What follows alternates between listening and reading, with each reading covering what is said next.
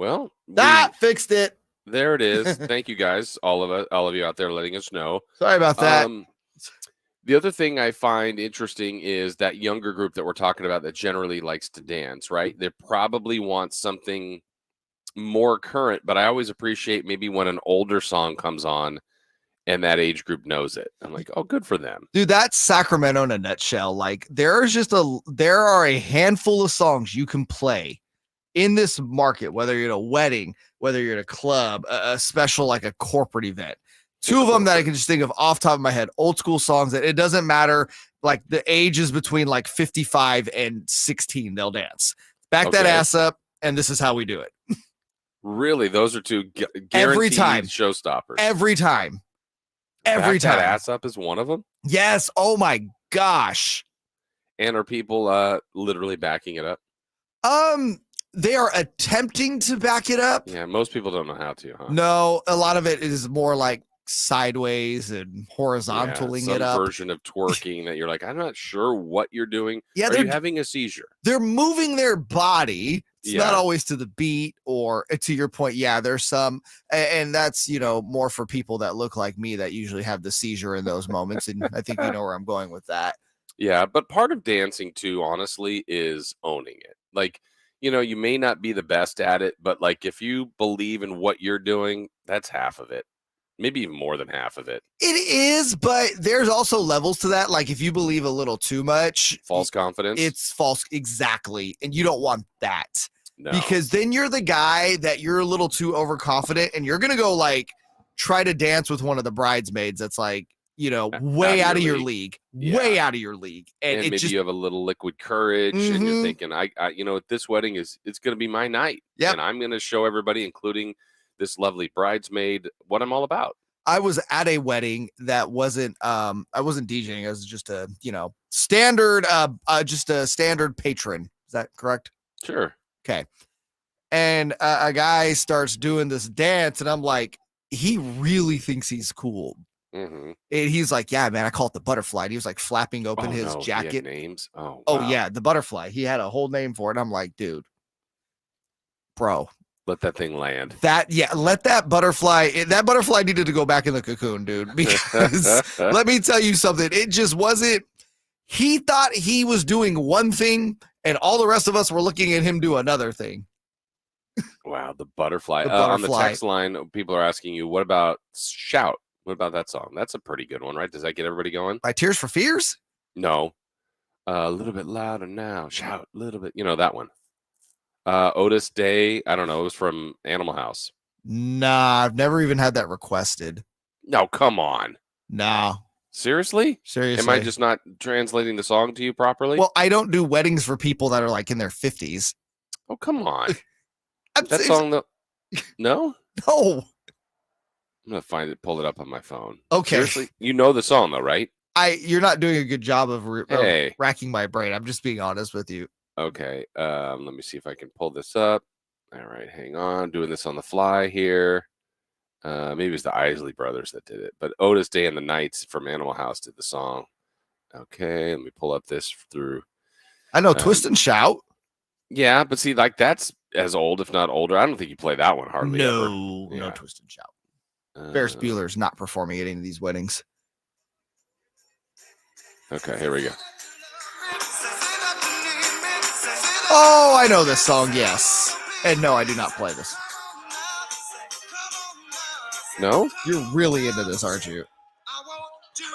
No, I know the song, though. Look at Jay. I'm doing the butterfly. No, that's not the butterfly. You have to put on like a suit coat and like flap it open at the chest. Okay. That's the butterfly. I'm going to work on the butterfly for the next wedding that I go to. I'm telling you, Jason, you'll get eyeballs on you. Yeah. If that's your goal, plenty of people will be watching you. Including your wife as she's watching in the corner. Just she left. Yeah. She's walking out the door. I can't believe you haven't played Shout. That seems like a standard. No, not at all. I told you the biggest standards for me are if I had to pick one group, and don't ask me why it's them, but every wedding is the B-52s. Yeah, Love Shack. Love Shack, Roam Around the World, all that crap. What else would you say is highly requested? Again, B-52 records all the time. And then they can be, the thing about it is requests are so random. And that's why DJs hate them. It's like you're doing a 90s hip hop set and here comes a guy with shout, you know what I mean? And it's just like, dude, not the time or the place. We moved on from that era like 2 hours ago. Yeah. And so you want me to shut down all these 20-something-year-olds on the dance floor so you can go out there because you're, pissed drunk and do shout. No, not a thing. Text line says, I'm a year younger than JayMarZZ, and definitely some of my peers play that song at their weddings. Okay, that's from the 530. Also, our guy Ben, Jason, I'm getting married September 18th. Congratulations, Ben.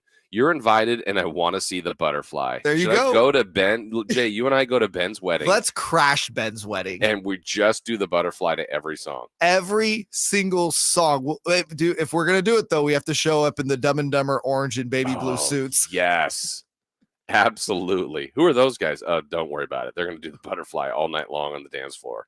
Oh, boy. Ben, I don't know if I should have ever told you about the butterfly, Jason. We got to find the originator of the butterfly. Do you know said butterfly man or no? I do know said butterfly man. Oh, it's someone you know. Yes. Oh, that's good. Is it Big Lou? It is not Big Lou, but guess what? If I had to tell you one thing's for sure, actually, there's two things in life that are true. Number one, you will be taxed. And number two, remember, Big Lou's like you. He's on meds too. That's right, and that's why he's doing the butterfly. That is just why. Big Lou is on those meds. Big Lou. I think Big Lou sounds like a guy who'd pass out from like 3 butterflies, 3 flaps, 3 flaps. He's on the ground. Too much work. He's done. He got to get his meds. One song and one song only. Make sure you get to see Big Lou on the dance floor. All right, we are just getting started here. Jason Ross, JayMarZZ, Carmichael Dave is on vacation this week. He'll be back with us next week. But let's get it going with leading off next. The Carmichael Dave Show with Jason Ross. Sacramento weather is brought to you by Quick Quack Car Wash. I'm Tamara Berg in the KCRA 3 Weather Center. It is Tuesday. You're out the door to a comfortable start to the day, but we know it's not going to stay that way. Summer heat presses on once again. Highs today in the range of 100 to 103. Get the latest forecast on the KCRA 3 News and the KCRA 3 app. No one would expect this mom to be the one with a clean car, but I like to defy expectations. So I go to Quick Quack and get my car shiny clean in just a few minutes. Feels pretty good. Head to Quick Quack Car Wash for a shine that lets you defy expectations. Right, and the purchase markets are doing this thing and that thing. Shelby, as I always say, you're the captain of the ship that gets everybody through those waters. What's going on over at United Wholesale Lending? We are heavily focused on purchase business right now. This is the time of year, I know. You would think more people go and see houses, but how is that working as opposed to rates scaring people? Are we still seeing that huge influx of people going out there? Well, there's some more inventory that's coming onto the market, and the market is shifting from a seller's market to a buyer's market. Even with the interest rates going up, now the market is kind of softening up and making it easier for home buyers to get their offer accepted and also to get a better deal. You can pre-approve them on the phone in under 15 minutes without even running their credit.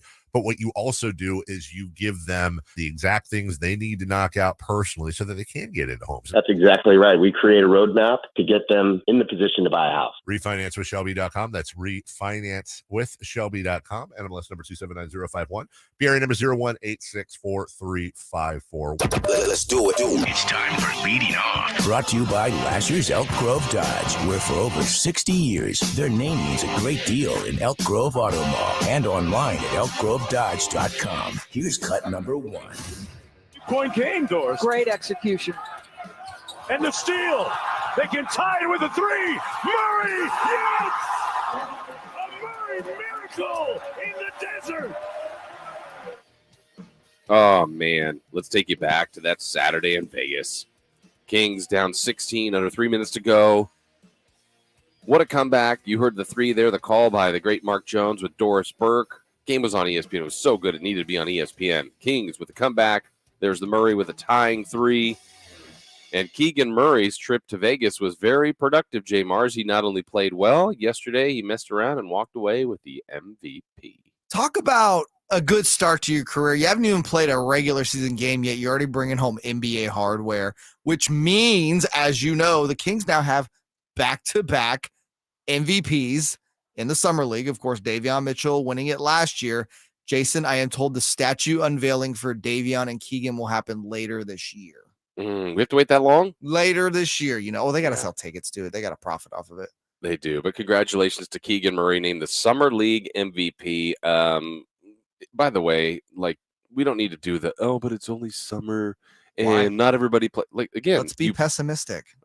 you play amongst the restrictions. Yeah, some of the other guys got hurt. Maybe some of the other guys didn't play all the way through. But honestly, when Keegan played, he was great. Didn't play his final game. He was everything you would want. Yeah, no, he was amazing.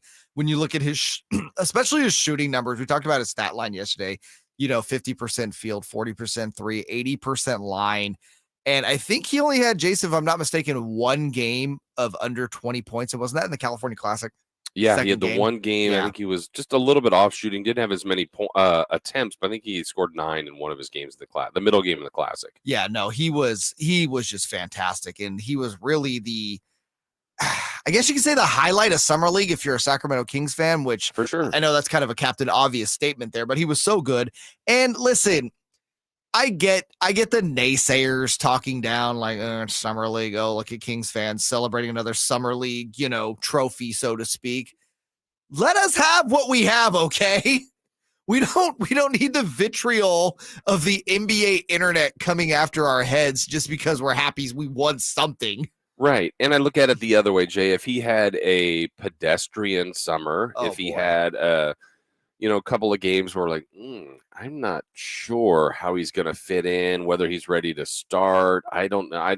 Monty maybe didn't get this one right. Like those. And again, that still needs to be validated for years to come.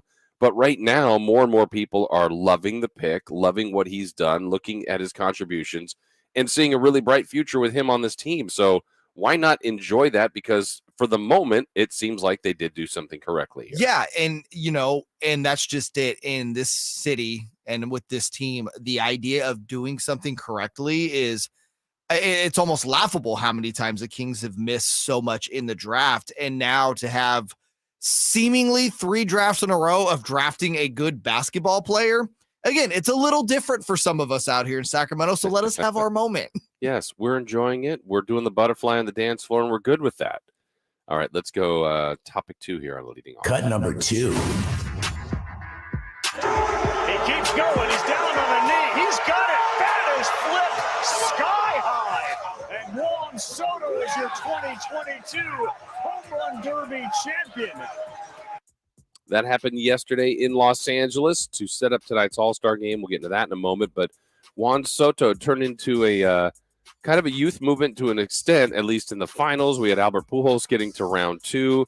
Home Run Derby, they put on a show, Jay. It didn't disappoint. I thought there was a lot of good things, some things that we'll get into a little bit later. But congrats to Juan Soto shaking off all those rumors and things that he's most likely within a week, 2 weeks, 3 weeks, going to be on a new team. But he went out there and put on a show yesterday. He did, especially in that final round. And, I thought it was really cool for him to get to go up against his hero, Albert Pujols, in the second round. And there was a moment there where, I don't know about you, but it looked like the moment might have been getting to Soto in the semifinals of going up against Albert. Albert put up, I think, what did he put up, 15? Might have been 17. 17, I think, yeah. Which is it's a decent number, right. But definitely something we all expected Juan Soto to crush. But, man, it was getting down to Juan Soto needed that bonus time to beat Albert Pujols. And he just looked kind of like he was caught up in the moment a little bit of going up against, they were mentioning it on the broadcast too. Like, Juan Soto does not know baseball without Albert Pujols. Isn't that insane? Right. And I'm glad the royal treatment went to Pujols. It was really a big night for him. At first, I was like, okay, is Schwarber tanking for him? But then when they got to the swing off or whatever, basically that extra minute, then Pujols went nuts. I'm like, wow, Albert's going to go get this. And he knocked out Schwarber in the first round. That was a pretty cool moment. Yeah, Schwarber didn't look like he was holding back. He just looked like he was struggling. Yeah. And Schwarber in that last moment, I thought he almost picked it up and tied it again. He really came on there in probably the last 30 seconds of that minute of, I guess, would you call it an extra? Would you call it an extra frame in the home run derby? Yeah. So yeah. And, the other thing I know we'll get into later when we kind of break down the derby, but Julio Rodriguez put on an amazing show too. And man, but at the end of the night, hit far more home runs than Soto, but Soto's the champion. I know that's the way the format goes. I'm not sure they need to change it. They've done it different ways before, but still one of the oddities that I can't remember what the home run differential was, Jay. It was something like 81-56, but yet Soto was the winner. Yeah, but do you like it? Are you more of should be a total home run, or I personally like the seeding. Yeah, the head-to-head is good. The head-to-head makes it a lot more fun to me. Yeah, I think in a sense, I wouldn't have been surprised if, Pete Alonso is really good at this, and he just, ran into a hot guy in a bracket. Otherwise, I think he might have moved on. Yeah, but Pete Alonso just did not ever get really any momentum last night. Yeah. And we say that it's not like he had a bad home run derby. No. But they were mentioning it on the broadcast too, how it's just like, man, he is just hitting line drive after line drive after line drive, just wasn't getting under anything. Yeah. I mean, he crushed a couple balls, but yeah, that was not your typical Pete Alonso performance. No. But J-Rod up in Seattle, that might be the next young gun, man. Yes. We're going to talk about the state of baseball, all this young talent coming up throughout the show. We'll do that. Let's get topic 3. Cut number 3. I'm just so excited I get to do it here at Dodger Stadium. I really didn't think anything of it at the time. I was like, well, yeah, it'd be fun to do it or whatever. But now that it's finally here and I get to start that game tomorrow night, it just it means a lot. And it means a lot to my family. We're excited. Charlie's excited. My kiddos are excited. So we're gonna have a good time tomorrow, and hopefully I don't screw it up too bad. Clayton Kershaw talking about starting the Major League Baseball All-Star Game in Los Angeles. I know he started last year, referring to Shohei Ohtani. And Ohtani apparently came out and said he really wasn't interested in pitching this year. But, Jay, in L.A., if you could have had Kershaw versus Ohtani tonight, I just think, I know it's an inning, 2 innings, 3 innings. That would have been phenomenal. Yeah, even if it was 1 inning. Right. That would have been, I mean, that's headline material for you, right? All-Star game starting. Yeah, Kershaw versus Ohtani. And that's unfortunate that we're not getting that. But you know what? 9 All-Star games. It didn't even hit me that Clayton Kershaw's never started one. Until tonight. Yeah, this is his first time starting an All-Star game. I didn't realize that either. Yeah. So no, the great one, Clayton Kershaw, finally starting an All-Star game and at home for the Dodgers. Yeah. He's had a legendary career, good season, great team in LA. All of it makes sense. And tonight will feature what I think is the best showcase for all the leagues. We'll get into that a little bit later as well. As we're just getting started here, we got so much more to get to too, because yesterday we were back. We got to clean up a story that we kind of missed out on at the tail end of last week and into the weekend. And that's back into the NBA. And the Phoenix Suns, a team that has not been in the cap, has not been in the luxury tax, but we were on that watch for DeAndre Ayton. And their weird offseason for the Suns and DeAndre Ayton kind of came to a conclusion in a good note for the Suns. I think they're doing the right thing. We'll clean up that story. We got much more NBA and baseball to get to as we continue here on Sactown Sports 1140. You wanted more Kings coverage? You've got it. More Niners, more Raiders, more NFL coverage than anywhere else in Sacramento. The best and most expansive coverage of your local sports. Sactown Sports 1140. The PGA Tour is back in Napa Valley with the Fortinet Championship, where fans experience every kind of cheers. Join us September 15th through the 18th at Silverado Resort and Spa for 4 days of world-class golf, Napa hospitality, and 2 nights of unforgettable performances featuring multi-platinum superstar Cole Swindell and Grammy-nominated powerhouse One Republic, all included with your daily ticket. Join Fortinet, Silicon Valley's leader in cybersecurity, at the Fortinet Championship. Secure your tickets now at FortinetChampionship.com. After 72 rounds of great golf, Australian Cameron Smith leaves historic St. Andrews with the Claret Jug. This is the 28-year-old's first major championship, having previously finished tied for second at the 2020 Masters and tied for fourth at the 2015 U.S. Open. Coverage of the 150th playing of the 2022 Open Championship from historic St. Andrews is proudly brought to you by Lasher's Elk Grove Dodge, Chrysler, Jeep, Ram. For over 60 years, their name means a great deal. The Lasher Auto Group thanks you. Greetings, Sacramento. It's Doug Christie here with the Good Feet store, asking, when was the last time you did something nice for your feet? If you're like most people, your feet get attention only when there's a problem.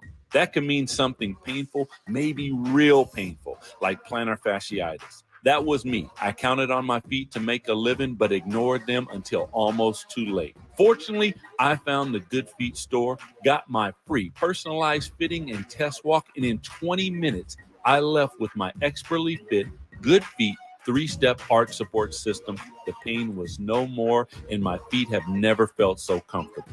I'm a Good Feet believer, and you can be too. Come in for a free fitting and test walk. Visit the Good Feet store in Sacramento, Roseville, Stockton, and Modesto. Online at goodfeet.com.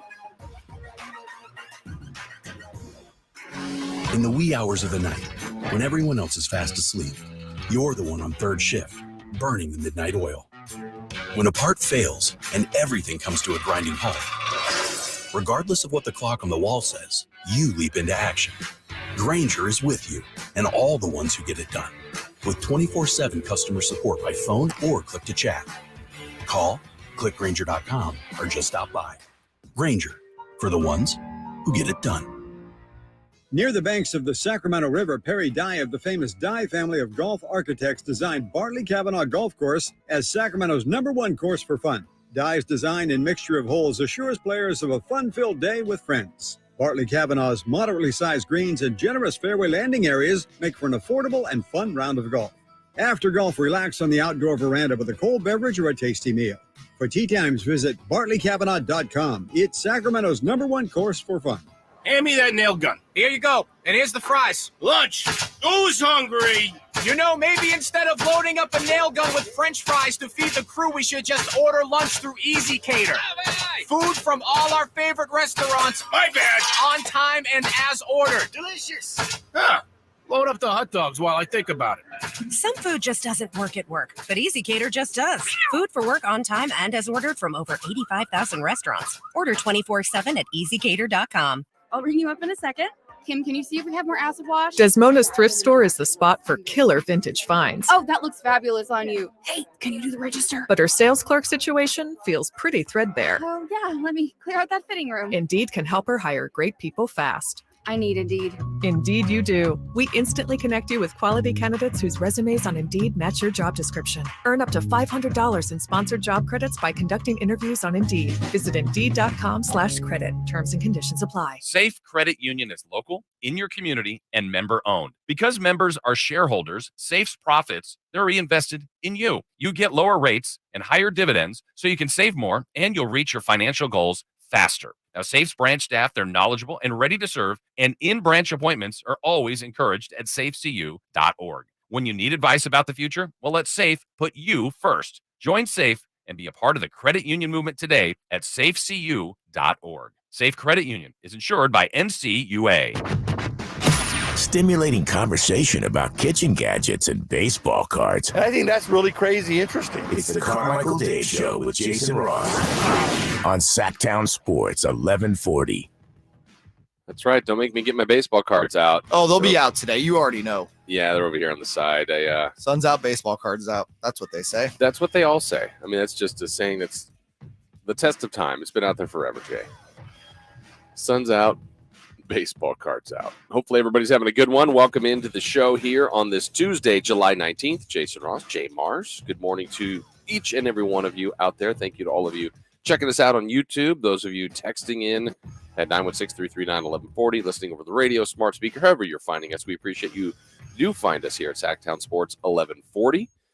We got the Major League Baseball All-Star Game tonight. And, of course, we'll recap some of the theatrics that we had in the Home Run Derby yesterday. But Jay, kind of wanted to tie up a story that I think we kind of hit at the end of last week and went into the weekend. And then it just, to me, it was kind of a weird story that got resolved, and I think in a positive way.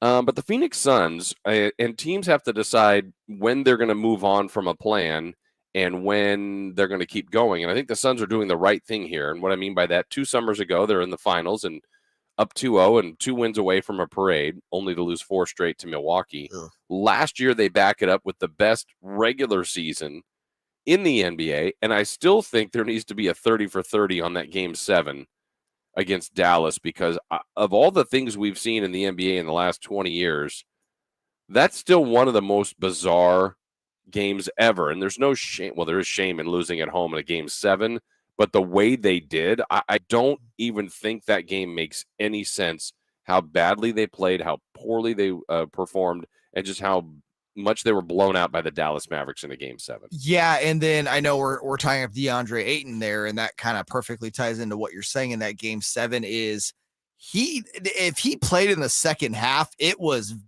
barely at all. And then, you hear in the post-game scrum, Monty Williams asked about that and say, basically, I'm paraphrasing here, but it's an in-house issue. There seemed to be tension all year with DeAndre Ayton and the Suns, and then it really stuck out there in Game 7, and then his people went to the market looking for a max deal. The Suns didn't think there was one out there. The Pacers gave it to him. The Suns matched because I think they realized, hey, we can't lose a former number 1 overall pick. That is a key to what we do after his 4th season. So now it's like, okay, he's a Phoenix Sun again, Jason, but it doesn't feel like all things are patched up. Yeah, I'm trying to make sense of this because you're right. It did seem like he was going to be gone. He's also was linked before, and Phoenix's desire, and at least Kevin Durant's desire to play for the Suns seems to be one of his number 1 choices. Could he be involved in some sort of sign-in trade or an involvement in a Durant deal? And then when the Indiana Pacers came in and gave him that contract, there was some saying, well, he's likely going to be a Pacer. We'll see what the Suns do. And the Suns didn't really wait that long. Not at all. To match the offer. And one of their concerns, I think, was, okay, money, we've not been a tax team. That's something they just really haven't done under Robert Sarver. But I think when you can get ownership into a spot where they go, look, we've got a really good thing. He is a part of it. We want more from him as we want more from all of our players. But sometimes you have to pay for that. And they're going into the luxury tax for the first time in a long time. And all of that, like all that song and dance that we had about Ayton on a different team, Ayton to the Pacers, he is going to come back as a member of the Phoenix Suns. And they said, yeah, we wanted him all along. Yeah, of course they did. And of course they're going to say that. You wanted him all along, but let's be honest. They didn't want him on a max deal, Jason, all along. They didn't. They didn't. This is one of the unique parts of restricted free agency because while the Pacers didn't necessarily gain anything, the NBA kind of gains a little bit with Phoenix going into the luxury tax. It's going to be really interesting how they operate as a luxury tax team because we see this before. Teams will go into the tax and then within a couple years, like fall out of contention for whatever reason. It's not like this is an old team by any stretch. DeAndre Ayton is a young man. Devin Booker is a young man. Mikal Bridges is a young man. Chris Paul's the older, statesman on the team. But kind of to what you were alluding to, they've never been in the luxury tax. But this kind of goes into something, and lo and behold, if the Kings are ever good again, Jason, that you have to watch as a fan. I don't think it's possible to win in this league at this point without going into the luxury tax. What do you think? Right. I think that's really something to watch. And I know people put that, for whatever reason, that label on the Warriors, when they're well over the cap. They called that a checkbook championship. Look, they've grown players internally. They've done a lot of good things. And yes, they've paid for some players too, but I think you're right. To your point, Jay, you have to do that. I think some of the numbers, though, that were interesting for Phoenix, Ayton, if he was initially signed by Phoenix, let me find this again. Yeah, he was eligible. The Suns could have offered him a 5-year deal, paying him $179.6, so almost $180 million. Instead, they kind of put him out there to free agency. The Pacers put out there what they could offer him the most of, 4-year $133. So in a sense, I guess Phoenix, financially did the right thing. Now we just got to see if this turns into a championship at any point in that 4-year window. Right, but they do the right thing financially, but you have to imagine DeAndre Ayton again, and you read Adrian Wojnarowski reported on it that there's still some making up to do between the two sides, because if you're Ayton and you look at it like, man, I could have had 5 and 176, now I got 4 and 133. Listen, the man's not going to be hurting for money anytime soon. But you got to imagine, we saw it here. The Kings gave De'Aaron Fox 5, and I think it was at 165. He got the full max here. DeAndre Ayton has been a core piece to a title team. Some would argue even, kind of the anchor of that defense, him and Mikal Bridges. And they don't want to give you the max deal. You got to feel kind of cheapened a little bit, right? I would think so. I mean, and if there was that, I don't know if bad blood, that's hard. I mean, when you lose the way the Suns did, I think everybody's sour. Everybody's bitter. Everybody's mad. They just need to get away. Time heals that kind of stuff. They realized they did have a great season. They were a championship caliber team that fell short, and that fell short the year before, and they were ready. All they were worried about really was the next season. So they got the 1 seed. They had everything lined up as perfectly as they could. And then they failed. And so now they've got to figure out why and what's the difference. So how do they become even better next year? Keeping Ayton, I think, is an important piece. But I think now going forward, if they were to fall short again, that's where I think some of these wounds would show up again. Oh, yeah, no. If you get into a playoff situation, especially where you're ousted again before the conference finals, I feel like all hell could possibly break loose there again, and then you look at the other side of this with Kevin Durant. There's a guy you obviously want to pursue if you're truly trying to win a championship. But now, because you can't use DeAndre Ayton in any sort of sign and trade, you don't really have a way to acquire Kevin Durant unless you want to give up a poo-poo platter of picks. But I can't imagine that's going to entice the Nets too much because, Houston has all their picks and pick swaps. And I believe, if not all of them, almost all of them are unprotected. Brooklyn's looking to win, and they're looking to win now. Well, what could Phoenix even offer them? Yeah, and that's why a lot of people have maintained from the get-go about Durant, you need a third team. And the Suns, they're so close now. I would not turn down the opportunity to get Durant, but to your point, Jay, I just don't know how they get them as the way their roster is constructed. Based on what the Nets should want is all these future picks and some talent right now. I mean, yeah, they've talked about something like Bridges, maybe Crowder for financial filler, but that to me is not moving the needle. That doesn't move the needle at all. I don't even think Brooklyn's picking up the phone, and that's right. Nothing against Mikal Bridges, who's been great, but he's not Kevin Durant. Come on. Right. When you're doing that, you're going, okay, we're starting with Booker somewhere in some way. But you can't trade Booker. Right. And Phoenix also doesn't even want to do that, I'm sure, either. No. So they can't literally trade him.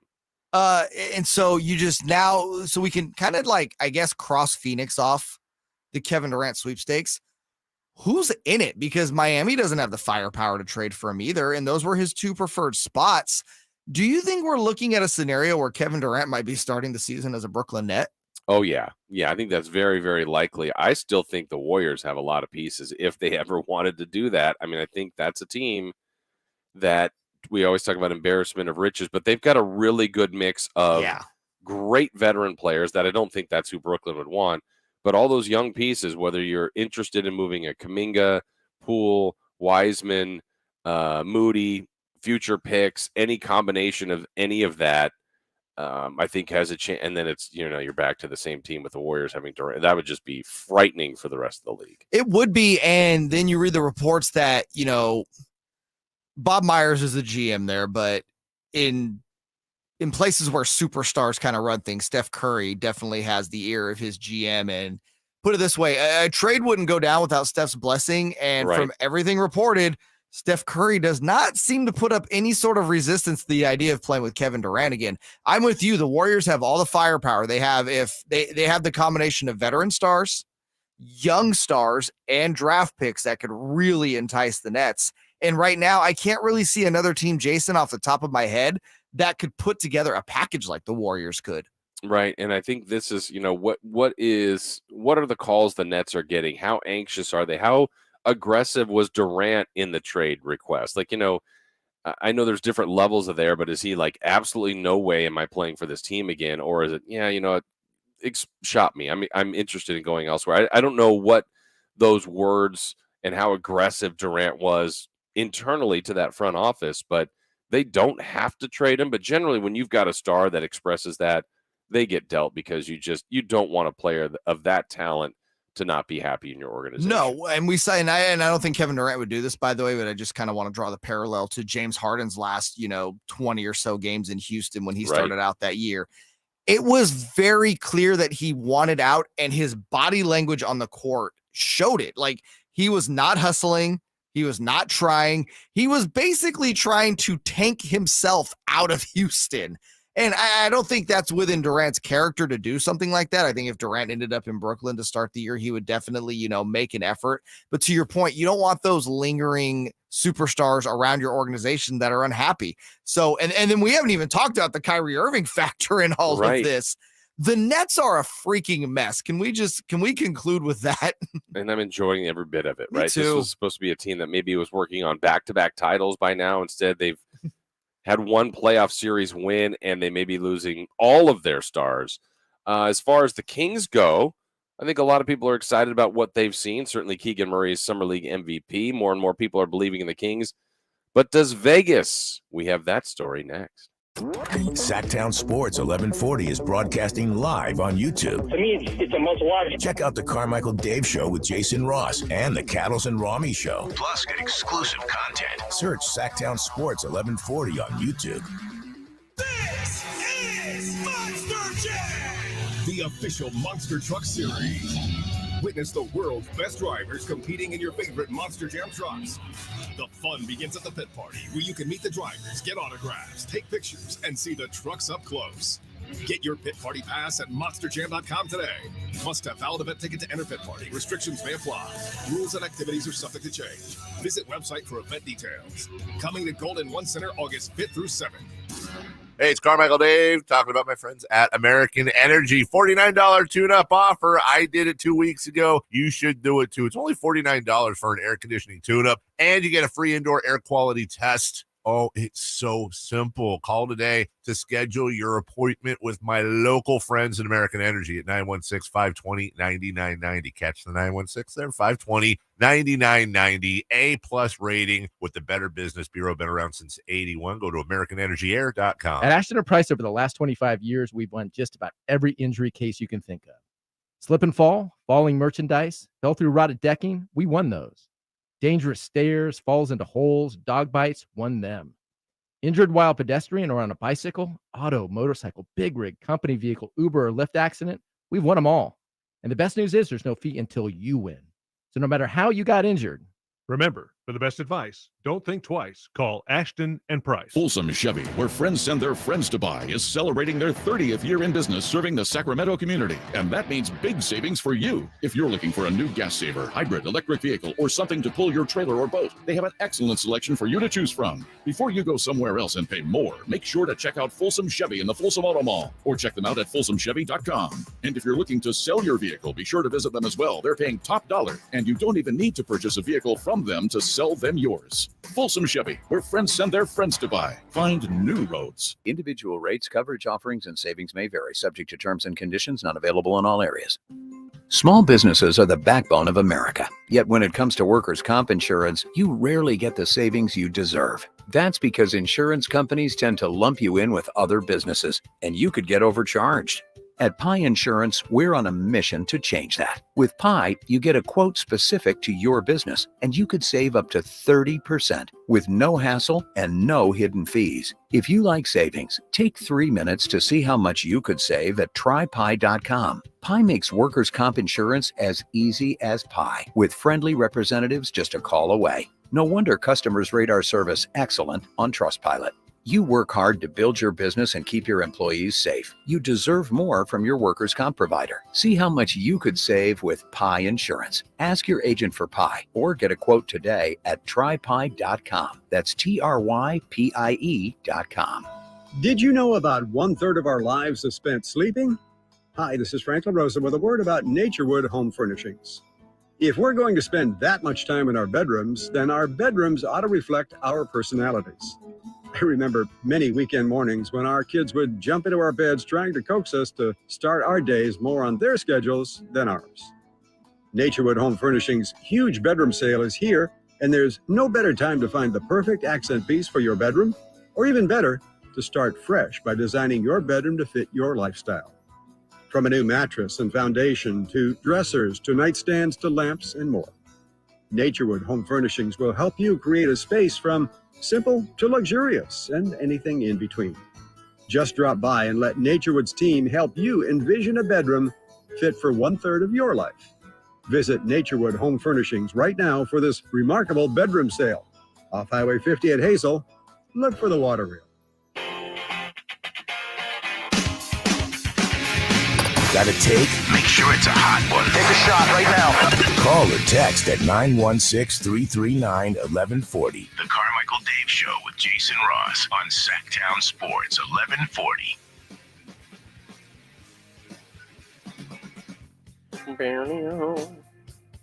Back here on the show, good morning, each and every one of you. Jason Ross, JayMarZZ. Carmichael Dave will be back with us next week as we roll right along here.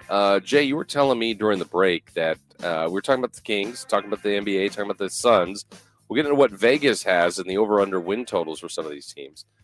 But you saw that the Cleveland Cavaliers have revealed some new uniforms. Same with the Jazz for the upcoming season. What are your thoughts? They're very summer leaguey. Okay. And what do I mean by that is, like, for instance, if you're a Kings fan, look at the Kings Summer League uniforms. They look like what would be considered a quote-unquote practice uniform, right? Okay, and that's fine. The Cavs uniform look like practice uniforms. And I don't know if this is going to be a trend we're doing in the NBA, but if it is, I'm not here for it. Like, very anti this whole idea that, hey, our actual in-game jerseys during an 82-game season look like we're at practice. Yeah. You know what and totes Uggs. Bless the people that are so into uniforms. Me, and that's one fine. of them. You are? You know I'm a uniform honk. Okay. And lots of thoughts and opinions on these things. I would say I've never been that person, but I've also found, though, in a true testament here, I got to say this, Jay, that like I find myself, even if there was a time where maybe I didn't like a uniform, and here's one, for example, but then it gets years later and then you see a team in that uniform again. You're like, oh yeah. Like it just there's a nostalgia to it. Like the one I remember, one of the first NBA teams they weren't the first, but remember when the Rockets went to that white home uniform that was pinstripe, like an alternate color. They used to be just the red Houston Rockets or the white Houston Rockets, and they had kind of the one with the big old rocket on the front? Yeah, and then they maybe had some blue in it. And I'm thinking, what are those at the time? So this is like Steve Francis, Barkley back then. I don't know. I know what you're talking. I know the exact uniform you're talking about. And I don't know if they wore those again recently or some version of that. I'm like, oh yeah, remember those? Those are fun. I'm like, wait a minute, I used to hate those. So, maybe the same thing, like I'll see an old baseball uniform and go, oh, man, those Phillies baby blues are great. Or those, creamsicle Houston Astros, man, those were fun. No, they were ugly back then, but there's the nostalgia. The Padres brown, like, yeah. Well, I don't know if there's the nostalgia part that brings back emotions and memories that you enjoy. But maybe in the moment, I'm like, I don't really like those uniforms. So it's a weird spot for me as someone I would say is not a uniform guy. But when I see something that brings back a memory, I think that's where I actually get fond of these uniforms. And I love the nostalgia of a throwback uniform, even to your point, kind of the uglier ones. They're cool for a quick moment. But like the Jazz unveiled new jerseys again this year. Hideous. They're hideous. They're disgusting. And then they have their throwback to the late 90s. Remember that big old mountain in the front? Yes. I'm just like, why would you, like, okay, if you want to wear them once, that's fine. But apparently they plan to wear them multiple times this season. I'm like, why would you do that? Yeah. It is so bad. I just think that, to me, the one that you have to do, you have to try to stay authentic to your team colors. Like the Jazz have had that playoff one where that's like orange sometimes. And I'm like, wait, what? This isn't the Jazz. And the reference I always use is probably, well, when were the Kings in the red? 3 years ago? Yeah, two to 3 years ago. Okay, so there was a game I remember vividly where the Kings were wearing red and the Rockets were wearing the baby blues. Rockets or the Bulls? No, was it the Bulls? As the Bulls had the baby I don't blues. remember vividly. Either way, it was two teams that if you were in a time capsule and you came back and you just started watching a game on TV, you're like, oh, I know which one the Kings are and which one the Rockets are or the Bulls are. And it would have been flipped. You're like, that doesn't make any sense. I don't like when you genuinely get confused by the team's colors. No, those are, and you're talking about, those are the City Edition jerseys for that year for both teams. And yeah, I'm with you. The City Edition jersey should at least resemble something of what, the city has. Like, when did the Bulls ever wear baby blue? Or did I miss that? Right. Because I never remember them in baby blue. And yeah, the Kings have never had an all red uniform. Red has been a trim color over the years, but yeah, I even think those red Kings jerseys were worse than the gold lames. A lot of people have that take too, which is amazing. I mean, I hated the golds, the reds. I just didn't understand them. But what I can say is, whether it's been at the broadcast meetings before, there's been times, I know we were years ago in Vegas, and it might have been time with the summer league / broadcast meetings, and it was a particular summer where a lot of teams were unveiling new uniforms. And I remember there was a spot where we were all walking and there were all these different mannequins that had some of the new uniforms that were coming out. And each team had a representative out there. Remember when Milwaukee had these new uniforms and the guy's like, yeah, we have the blue, the splash of blue on the side that represents the rivers in Milwaukee, this other thing in this green. And they're just going through the detail. And I said, Honestly, I think you're overthinking it. I mean, it looks good. That's to me, I just look at it and go, nice looking uniform, or I don't get it. But when they have to explain this color signifies this is because in the city we have these. And I'm like, okay, that's just too far. Like if you have to do all the explaining, just does it look good? It's like you were wine tasting for jerseys. Like, look, I don't need to know all the tasting notes of the jersey. I just need to know whether or not it's, palatable. Yeah, well, Fox looked good in it. Well, Sabonis looked good in it. I'm like, okay, well, we're cool. I look good in it. Yes, As when a I buy this fan. one, right? And how much is it going to cost me? That's really all I need to know. But when you're telling me this is representing the farm to fork, this is the city of trees. This is it's like so okay, dumb. just it's Kings. Give me a number. Give me a jersey. Get a nice Does it clean look look, cool? and we're good. Great. That's it. Yeah. That's it.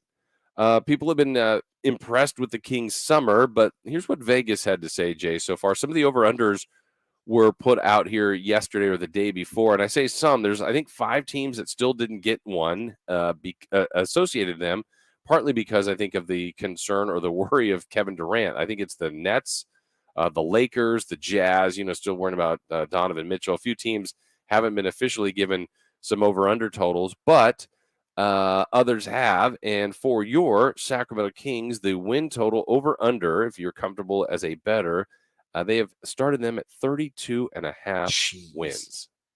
I don't bet, but all I'm saying is road trip to Vegas to put some money down on the Kings for the over. Okay, and I will say this as someone that has bet before.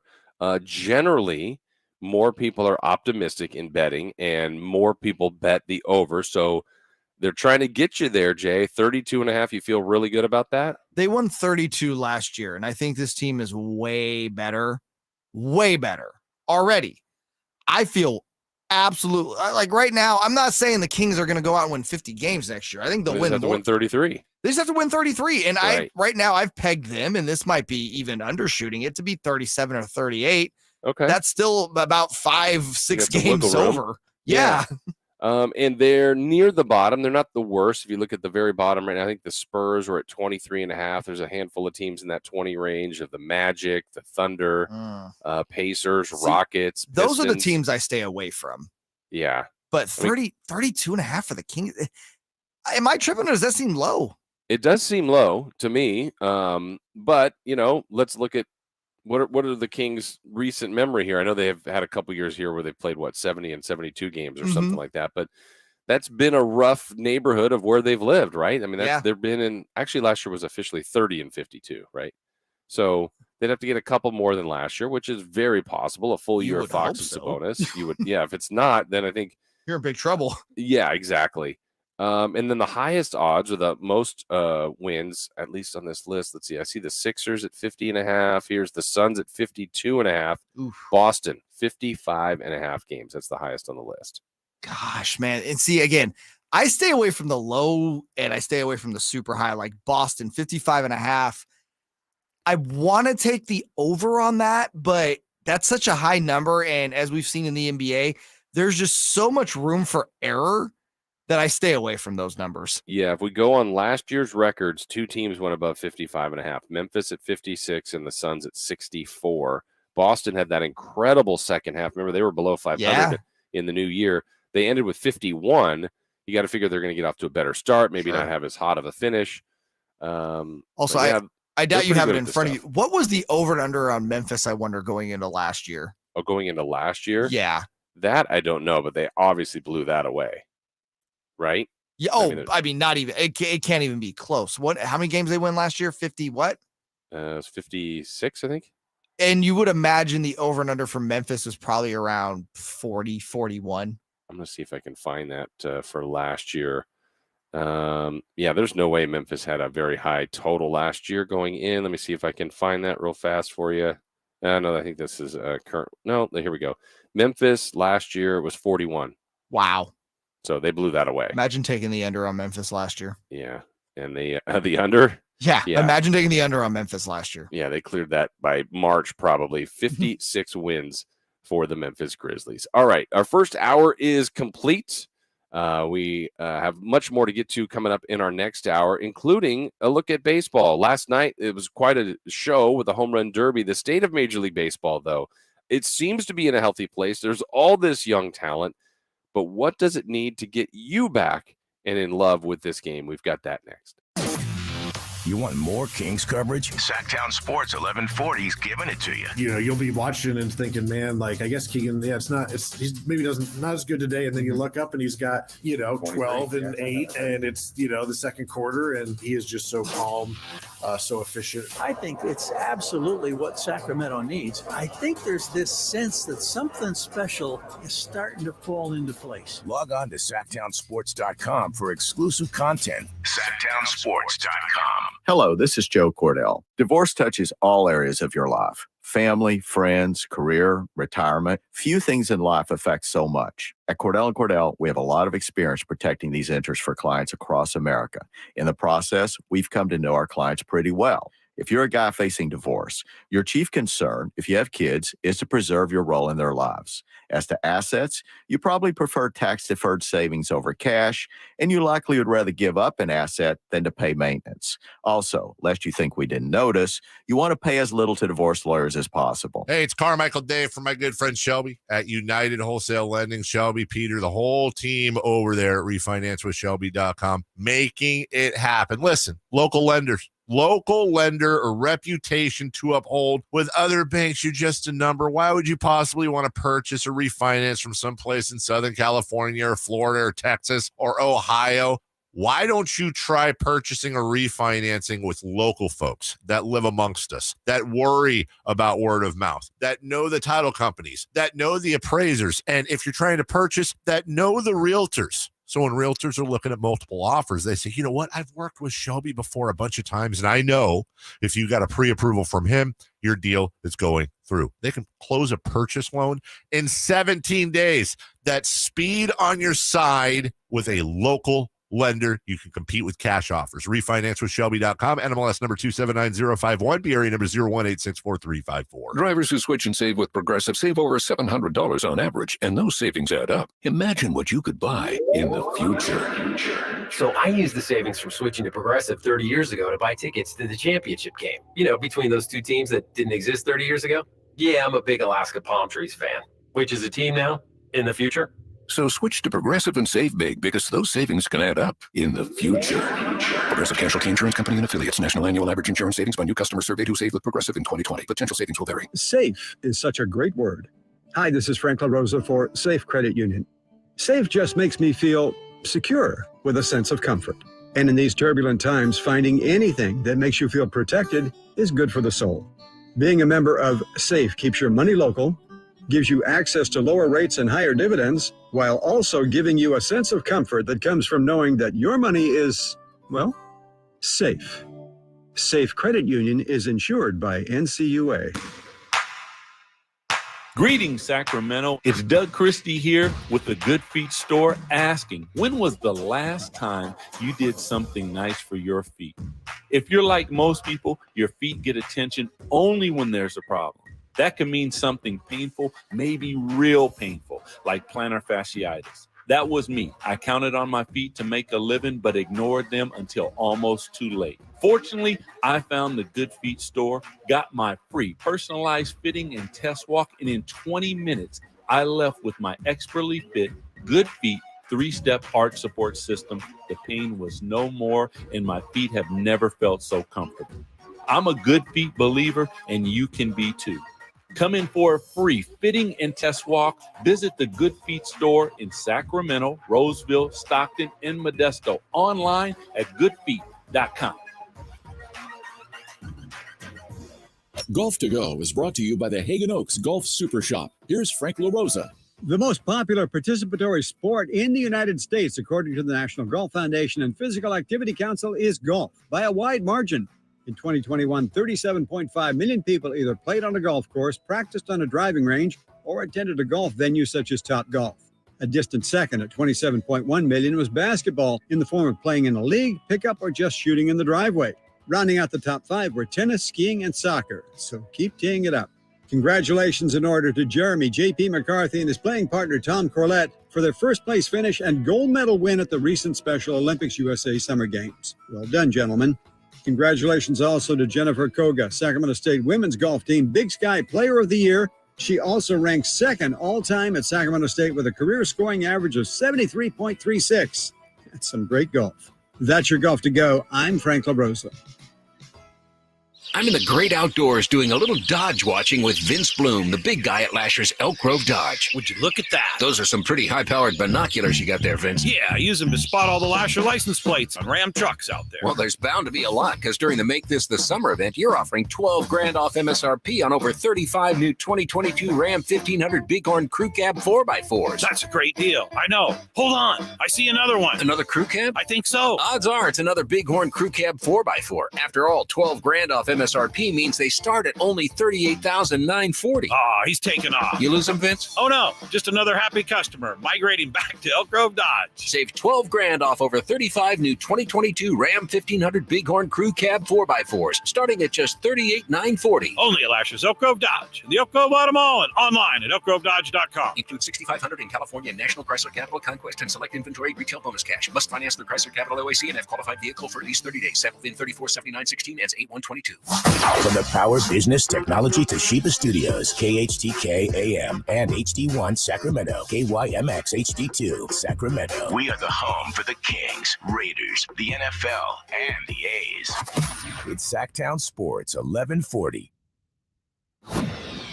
It's the Carmichael Dave Show. He's on the microphone when he's not on the microphone. He's playing a song, and when he's not playing a song, he's on the microphone, and then boom. With Jason Ross. Jay! Hey, my headset's Text or call the show at 916-339-1140. It's the Carmichael Dave Show with Jason Ross on Sactown Sports 1140.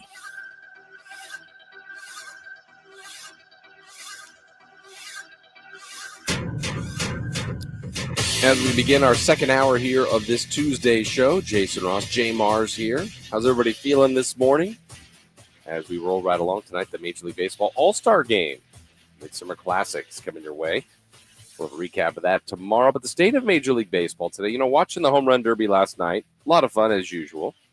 See Good the stars come too. out. What's that, Jay? Great production, too. Yeah, what ESPN was does it really well, I think. They do, with the exception of I felt multiple times while I was watching it, did ESPN's counter, were they off, or were Ravitch and Perez off? Like sometimes like, oh, there's one, and I'm like, does he have like 4 right now? Sometimes I felt like they had miscounted multiple times. I think they were getting, I was seeing things wrong. No, you were correct on that. They were getting lost in their own conversation, I think. Yeah. And then they would look up, be like, oh, damn, where are we? And it's like they'd see the number on the screen, but a ball's heading out. Like, yeah, they lost count several times. That is one to your. I thought the announcing crew could have been better. Yeah, I don't. History has given us Chris Berman. I don't. Yeah, I don't need to have him there, but it just. I don't know. That's almost one where maybe players can commentate, or like a Manning cast type. I don't know. For it's sure. fine.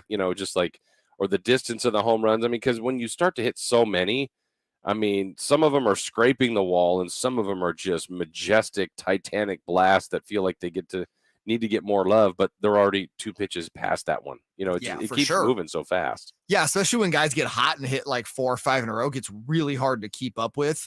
And the only other thing was just the camera angles were a little off, I felt, last night. It was kind of hard to tell a little bit. But again, we're nitpicking here. Overall, the event was fantastic. Absolutely. They do a good job with it. And the fact that I think they had a good spray. We had Albert Pujols on one end, to Julio Rodriguez on the other. But I'm thinking about baseball. Really, we talk about this sport needing more stars and needing more people to be elevated and caring about the stars. I think they have so many right now, Jay, and it's amazing that I was just starting to make a quick list during the break of just some young studs. Let's see, you can go from people like Wander Franco, who's 20, Acuna, 24, Yordan Alvarez, 24, Soto, 23, Tatis, 23, Guerrero, 22. We see Julio Rodriguez last night at 20. And then, you're still at Judge and Trout are 30, Shohei's 28. There's so many individual great players for baseball right now. I don't know. And I know the reality is baseball isn't moving the needle for as many people as it used to. You are a baseball fan. I am a baseball fan. I do care about baseball. I don't know how to get other people to care more. And I really don't know that baseball knows how to. I feel like we do this like once a year, this like Mhm. coming to Jesus talk we have with MLB that they don't listen to for obvious reasons. But it comes down to marketing your stars, having them be top of mind. And because when stars are top of mind, your product can now create narratives. Here's the thing I've always found to be an issue with baseball. Number one, it's still very regionalized in a time and day where, professional sports have been nationalized, for lack of a better word, right? Mhm. Like NBA fans, it doesn't matter what city you're in, Jason, you know who the Warriors are and you know who the stars are on the Yeah, team. And true. you're going to tune into the NBA finals if they're in there, right? If you're a, let's say a Brewers fan, right? And you got the Nationals playing the Astros. Again, that World Series. Let's go back to that matchup. Right. How many people do you know on those respective teams? A handful, maybe? And who are the stars? Right. Who And are then the guys even- in the commercials, you Yeah. know? Yeah, and I think, like last night's a good example. You look at social media during the event and people are like, wow, Julio Rodriguez, like people are just figuring out who he is, and that's okay. But I'm going, do enough of you even know who Juan Soto is? Right. I mean, he's 23. It's not like this guy's 35 No. and he's not even really entered his prime, and he just turns down baseball's largest contract. And everybody's looking at the even newer, shinier object in Julio Rodriguez, who, again, nothing on him. He put on an amazing show last night and looks to be the real deal, too. But that whole thing was filled with young studs. Acuna is great. Now, he didn't do much yesterday, but Seager is a good player in baseball. Alonso's a two-time champion. I just thought the whole field was really, really good, and not enough people know who all these guys are. Right. And you go back to when, I go back to the 90s because that's when I fell in love with baseball, obviously, when I was a kid. Ken Griffey Jr. was everywhere, Jason. You couldn't go anywhere. You couldn't turn on the TV without seeing Ken Griffey Jr. Then you had, I'll never forget, some of my favorite commercials to this day are Tom Glavine and Greg Maddux trying to become home run hitters. Remember, Chicks Dig the Long Ball. Yep. You have Heather Locklear, Mark McGuire in these commercials. I mean, these are household names. Baseball doesn't have household names anymore. Yeah. And it's because they just don't market them. And it's a shame because a lot of those guys you just mentioned, they have so much personality. There's so much to these guys outside of obviously what they do on a baseball field, which is amazing in itself. But Juan Soto is so much fun to watch, and that translates in so many different ways. And they just have not got their guys in a position to be household names again, so that, if a Washington Nationals go to the World Series, people are locked in because Juan Soto is playing. They don't have that anymore. Yeah, Lizzy's a good representation here. Faithful listener to the show. I have no idea who either is, talking about the guys Soto and Rodriguez. They're just names I've heard. I know Pujols, though. And that's not Lizzy's fault. That's not his fault. That's baseball's fault. Yeah. Yeah. And, I get the feeling, though, we're back to the big markets, right? I say this, I feel like more people know who Aaron Judge is. Is that because he's a Yankee? Yes. It's because he's in New York. Mookie Betts, maybe even Shohei and Trout. I think they've just gotten so much attention, but maybe they don't see enough of them in the meaningful games. But they're in Southern California. They're on the wrong team, I guess, in that sense, to get all the true fanfare. But yeah, I don't know how baseball changes that. I mean, I'll see a commercial here and there. I was just going to say, can you tell me commercials off top of your head that that have a current MLB player? The only one, and this is probably because I saw it a couple times, I think during the golf this weekend, and I thought this is a weird placement, but it made me really think of it. Otherwise, it probably just would have been lost in my mind. And I want to say it's Dairy Queen, and I think it was Cody Bellinger and Fernando Tatis. Really? Bellinger of all people? Yeah, which is weird. It's not Betts. It's not, any other Dodger that they could have put on there. But I mean, Bellinger's also, I mean, he's not having the same, kind of last two seasons, but I mean, he came up as a guy that could really hit and hit a bunch of home runs and an MVP. But but would you, if you're thinking of the stars in baseball right now, do you think of Cody Bellinger? No. But so the only commercial I can think of off the top of my head that I remember in the recent times, and so I guess that's in the last 12 to 18 months, is Bryce Harper's in that Zion Williamson Gatorade commercial. Oh, right. That's the only one I can think of. That's top of mind. I'm sure they're in some other commercials. I'm not saying they're not, point being is it's not anything that's mainstream enough to really catch your attention. Yeah, and I'm wondering if it has to be commercials, but to your point, I'm thinking, okay, NBA players like LeBron's everywhere. Does Westbrook? I mean, I guess he's an older star now, but like Tatum, I'm thinking Booker. They're next. They're the next guys, though. Yeah. But I just feel like people know them. And part of it is, on the basketball court, you're very identifiable. There's a lot of, free throw, headshot. Like you're right on top of these people. The face recognition is a thing. I think that's been a challenge for football at times with helmets and such, but football is just so popular. I don't know. And then it's just the game in general. Is it boring for people? Some will say that. That's a common phrase, like, baseball's boring. I'll wait till postseason. Dave, our own partner here on the show, like he grew up loving baseball. He's not as much of a fan of it right now. And that's another good example of someone that you would think this would be the sweet spot of enjoying the sport, but he doesn't. Nope. And it goes back to, again, so we talked about the stars and the marketing. Baseball also just kind of needs to evolve, I think. And I don't know how you get this done because of the CBA and money. I think 9 innings is too long at this point in 2022. I just think 9 innings is way too much to ask of anybody to sit and watch. People don't have the patience for that anymore. And I think 162 games is too long of a season.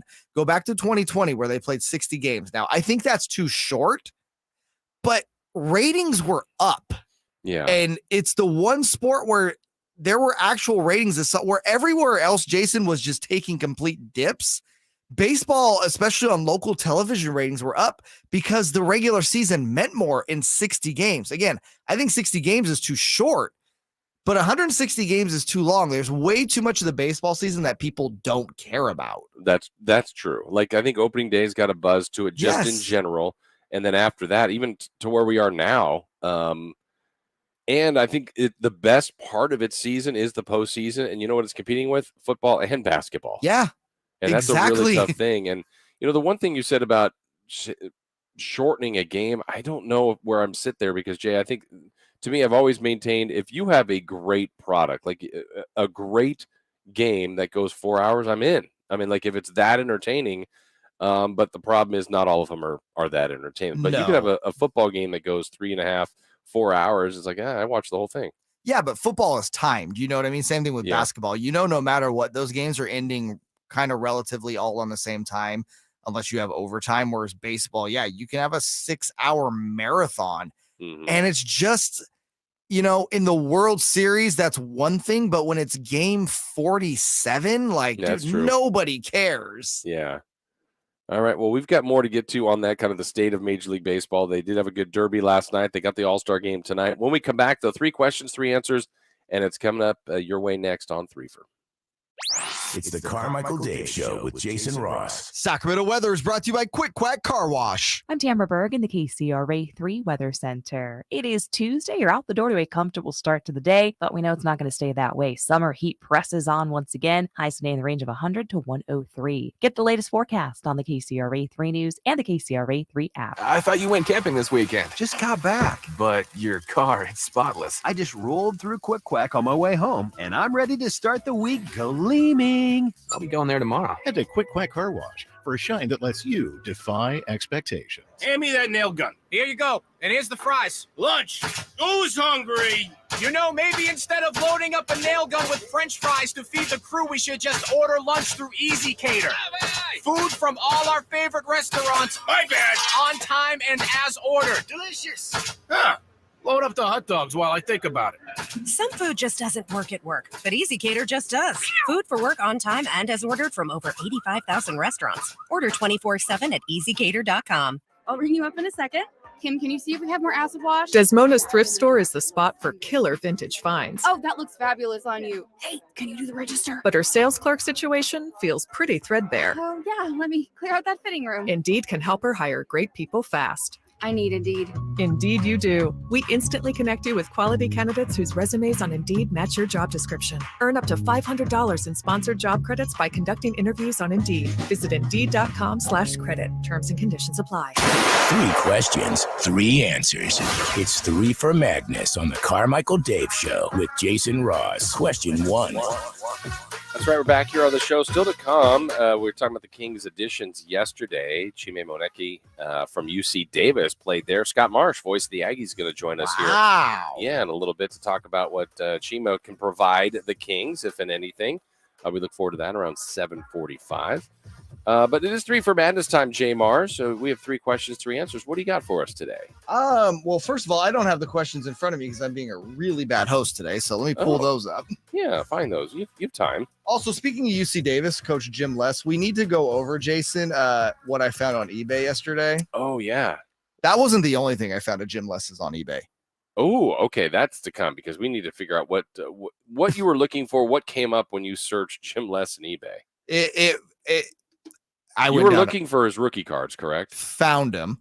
Yeah. So his actual true authentic rookie cards, he never really had a true one until he played for the Kings, except in '89 when he was a rookie with the Jazz. The Jazz put out a team set. Okay, and so you found that? I tweeted those to you, but that wasn't the only thing I found. Okay. I found something of his that's listed at $500, and we'll have to talk about it at some point today. Tease. That could possibly be. And I'm thinking about starting to GoFundMe. But anyways, let's get to question 1. It is way too early. I'm gonna be racking my brain, by the way. Okay, go ahead. Oh yeah, we'll get to it. Don't worry. Okay. It is way too early, however, to react. But does it look like the Kings pick at 4 of Keegan Murray was not only the best player available, but also the best fit? Because that's the label, like, oh, they pick for fit, or you always pick best player available. It does kind of feel like they got the sweet spot there, right? I mean, I think Keegan Murray, and this can be labeled for whatever reason as a negative, is a perfect fit. Now, that's not why you draft somebody generally, but he's also really good. Oh, by the way, he's college basketball's player of the year. Yeah, he's good. I mean, led the nation in scoring. He's a really good player. I think the fit's going to be great. We talked about it a little bit yesterday, Jay, at the end of the show, where when you look at the usage rate, we're going to see a ton with Fox and a ton with Sabonis. That's kind of where they get their work done, is having the ball a lot and making people better and making themselves, the team better, hopefully, and scoring a bunch of points. I don't think Keegan Murray is going to be a high usage guy. So how does a low usage guy fit in with other high usage players? They're efficient. And so far, what we've seen with Keegan Murray is he's been efficient, and I think he can impact the game in multiple ways. So, again, way too early to react, as the question says, but picking 4, I think they got what they said was the best player available. But I also think they hit that fit part too, which was pretty nice. Yeah, absolutely. And, when it comes to best player available, that's subjective depending on who is picking, obviously. And I think the Kings really did believe that Keegan Murray was the best player available at number 4. It seems pretty obvious. And, watching his game, it's very obvious as to why. The home run of all home runs in the NBA draft, and you kind of mentioned it, is if you can get the best player available who fits a position of need, right? Yes. If you can accomplish that, you have won. Yeah. There is no better pick in the world. So, again, it's way too early to react, but right now, no, it seems like they have. Yeah, and to your point, like if you were the number 1 pick and you had your best player was a point guard and a point guard was clearly the number 1 pick overall, you'd still take him. You figure that out. You sort that out. That is the best player available, maybe not fit, but I think that's what teams have to do when you're picking, especially when you're picking that high. I think when you're get maybe past the lottery and into the 20s, maybe you can skew a little bit more towards fit than best player available. No, I agree. It's always been, if you are a lottery team, I have always held on to this. You need to add talent. That's why you're a lottery team. You aren't fit deficient. You are talent deficient. If you are a late first round team picking 25 through 30, that means you were really freaking good last year. And you're just kind of looking for somebody to come in and, to your point, fit a role at a nice cost for the next 4 seasons. Yeah, absolutely. All right, question 2. Question 2. I like this one. The NFL preseason is less than 3 weeks away, and dare I say about time. Rank these sports preseasons in order from best to worst. The NBA, MLB, and the NFL. So we're talking spring training, preseason NBA, preseason NFL. I'm always so excited for the NFL when it comes back around, but then it's the preseason.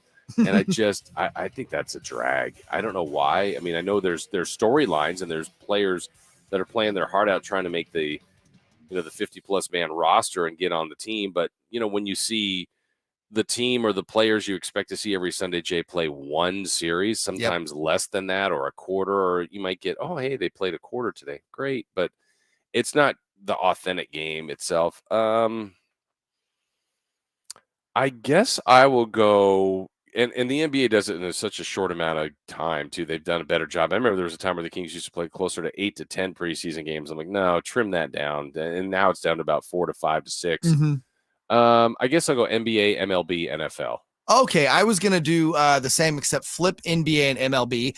I think MLB from just an overall spring training, the experience, right? And the pomp and circumstance of going down to Arizona and in some cases Florida and all that is going on around that. I think MLB preseason spring training, I guess is the official name, is the number one. The NBA is just, to me, their preseason's kind of there. Yeah. What I like about the NBA preseason is at least you see the actual, guys that are going to be on the roster playing a lot more than you do. And then the NFL is just, I swear they've needed to take that down to 2 weeks for a while now.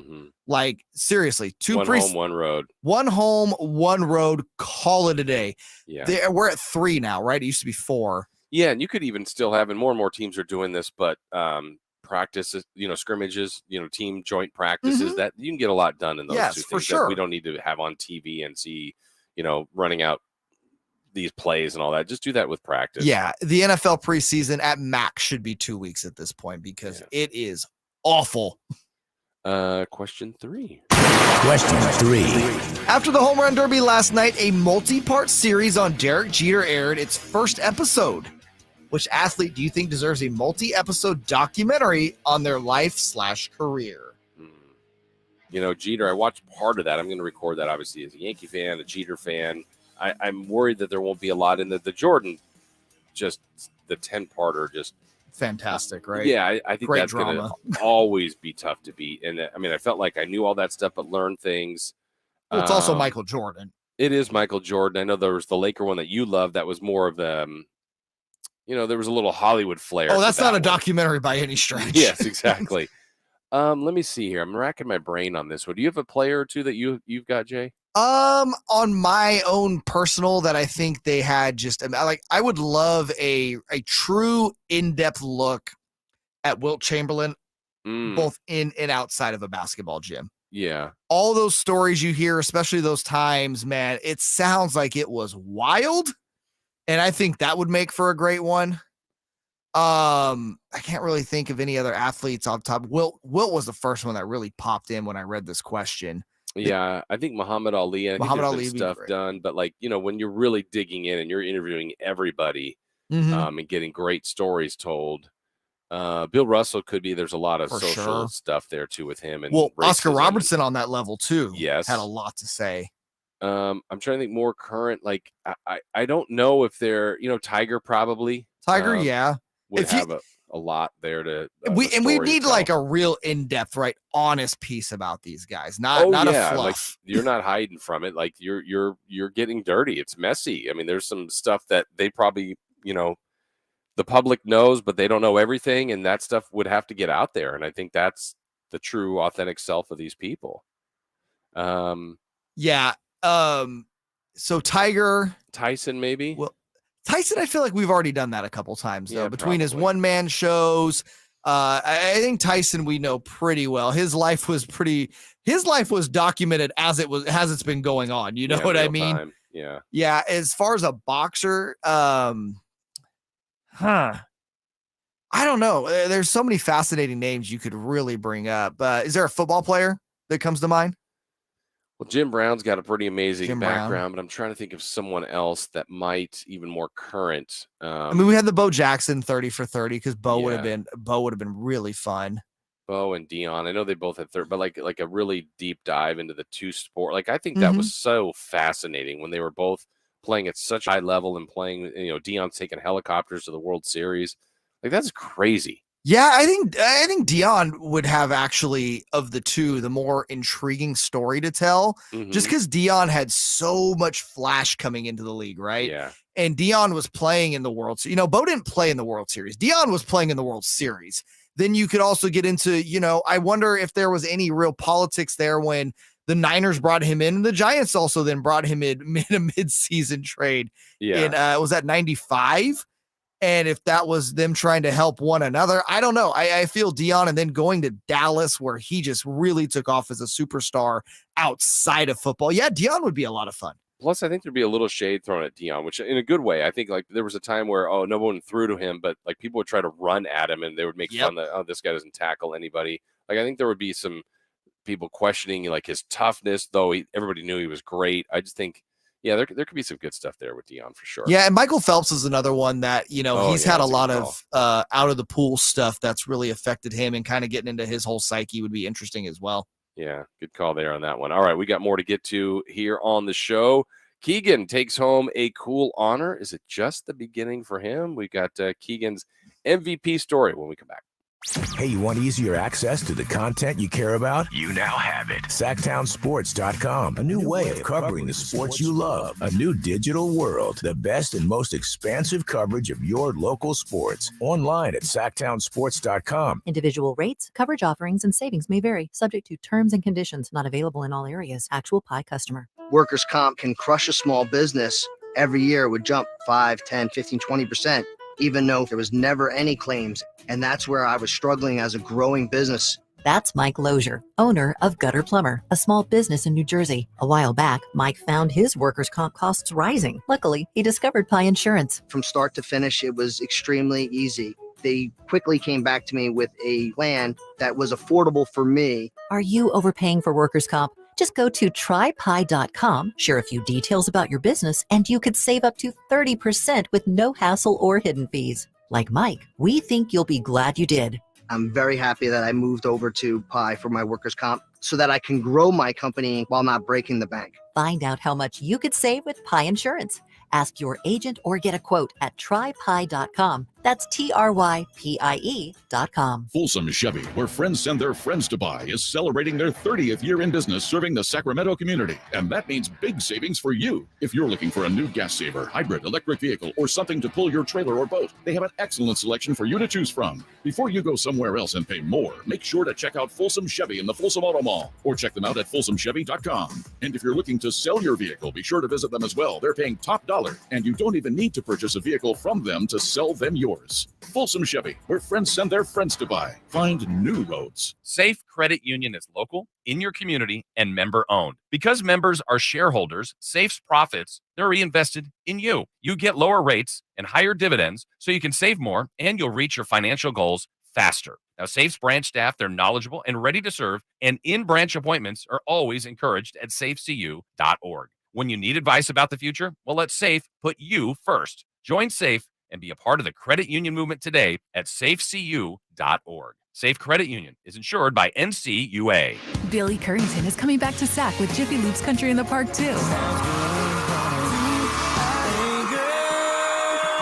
And he's bringing some friends, Russell Dickerson. And more. September 24th at Heart Health Park in Cal Expo. Tickets start at just $35 or upgrade your experience to the All Access Pass for $100 so you can get in front of the stage and enjoy a VIP lounge. Get your tickets now at Sactownsports.com. Country in the Park 2, September 24th at Heart Health Park in Cal Expo. Brought to you by Blue Moon.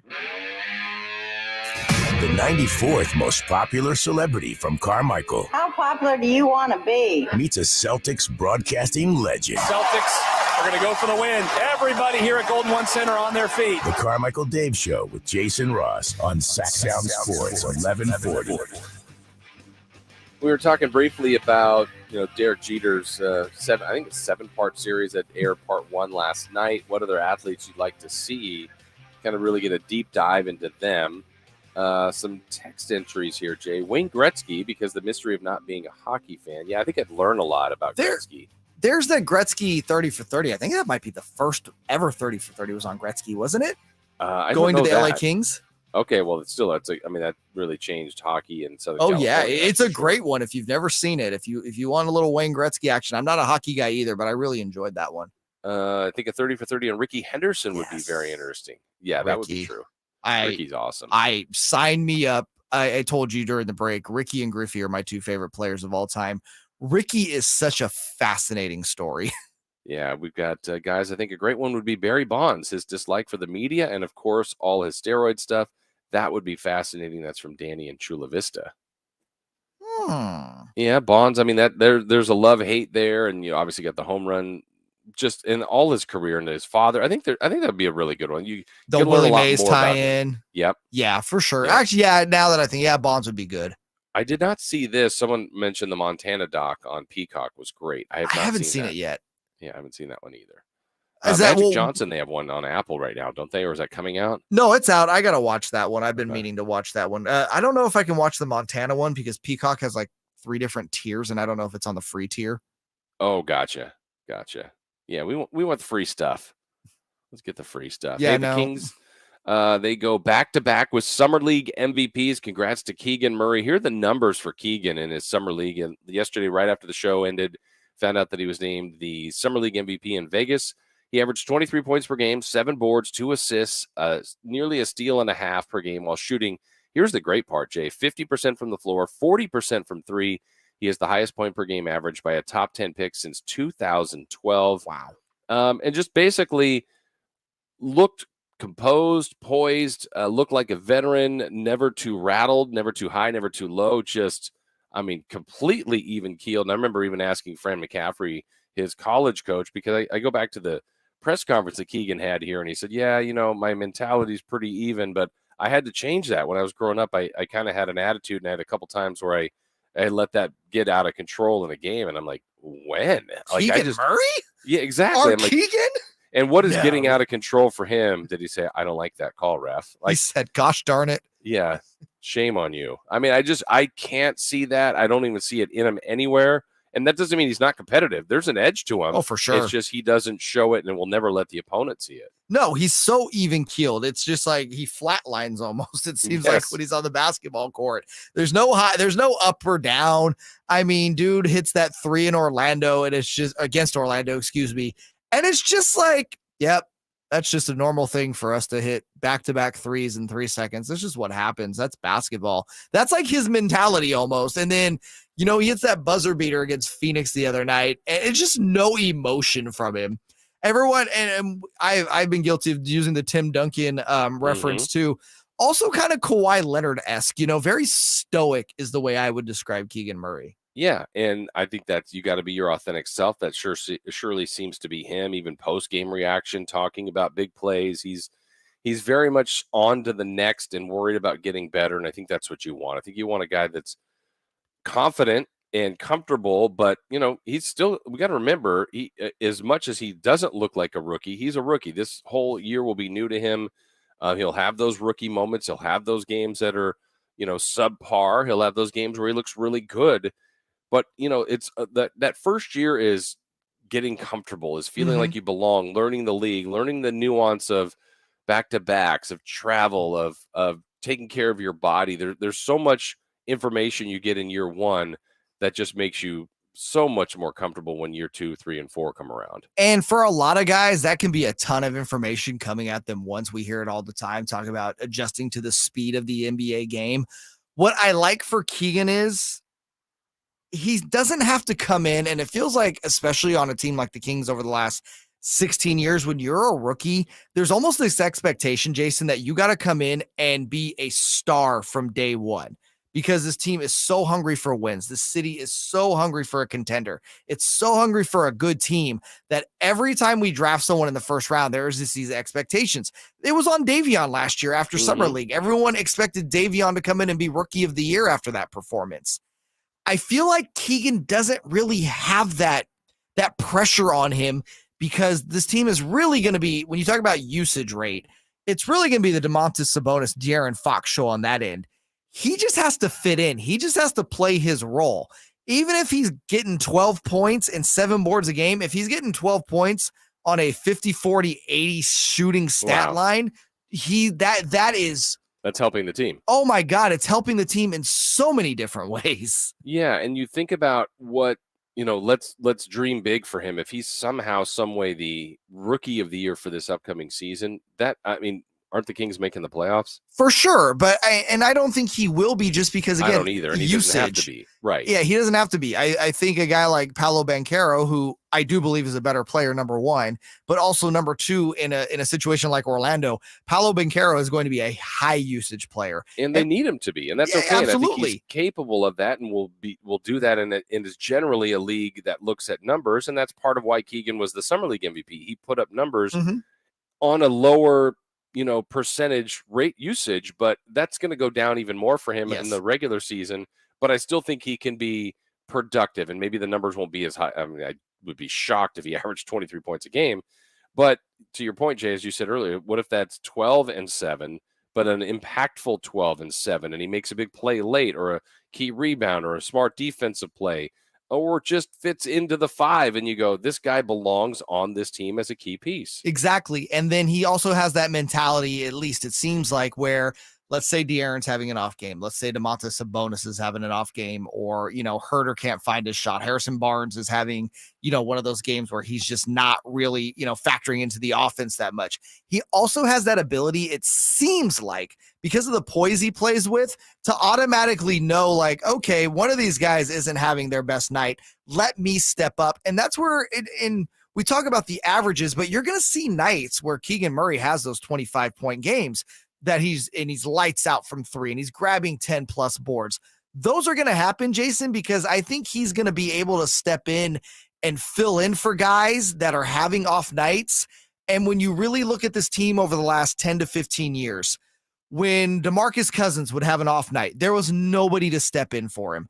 When Tyrese Halliburton or De'Aaron Fox were having an off night, there was nobody to carry that load for those guys. It seems like the Kings, with the depth pieces they added, and Keegan specifically, have kind of addressed those issues of, hey, if Sabonis or Fox are just not having a good night offensively, they have guys that can finally step in, it feels like, for a game or two and carry the load.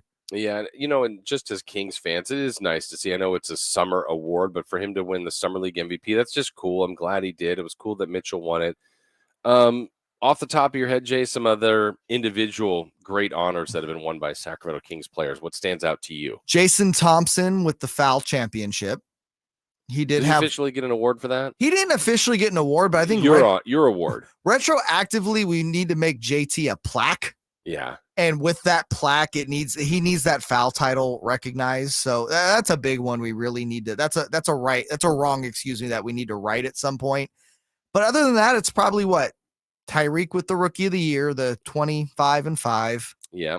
Bobby Jackson, sixth man. Bobby getting the 6th man. And then from there, Buddy winning the 3-point contest. Yeah, Buddy, Peja. We've had dunk participants. I don't think a King has ever won the dunk contest. No, right? we've had several of participant in the dunk contest, though. Who's been in? Let's see. Kenny Smith. Gerald Wallace. Ben McLemore. Oh, yeah, Benny Mac. And do you remember the other one? Oh, there's 4? One more. There's 4.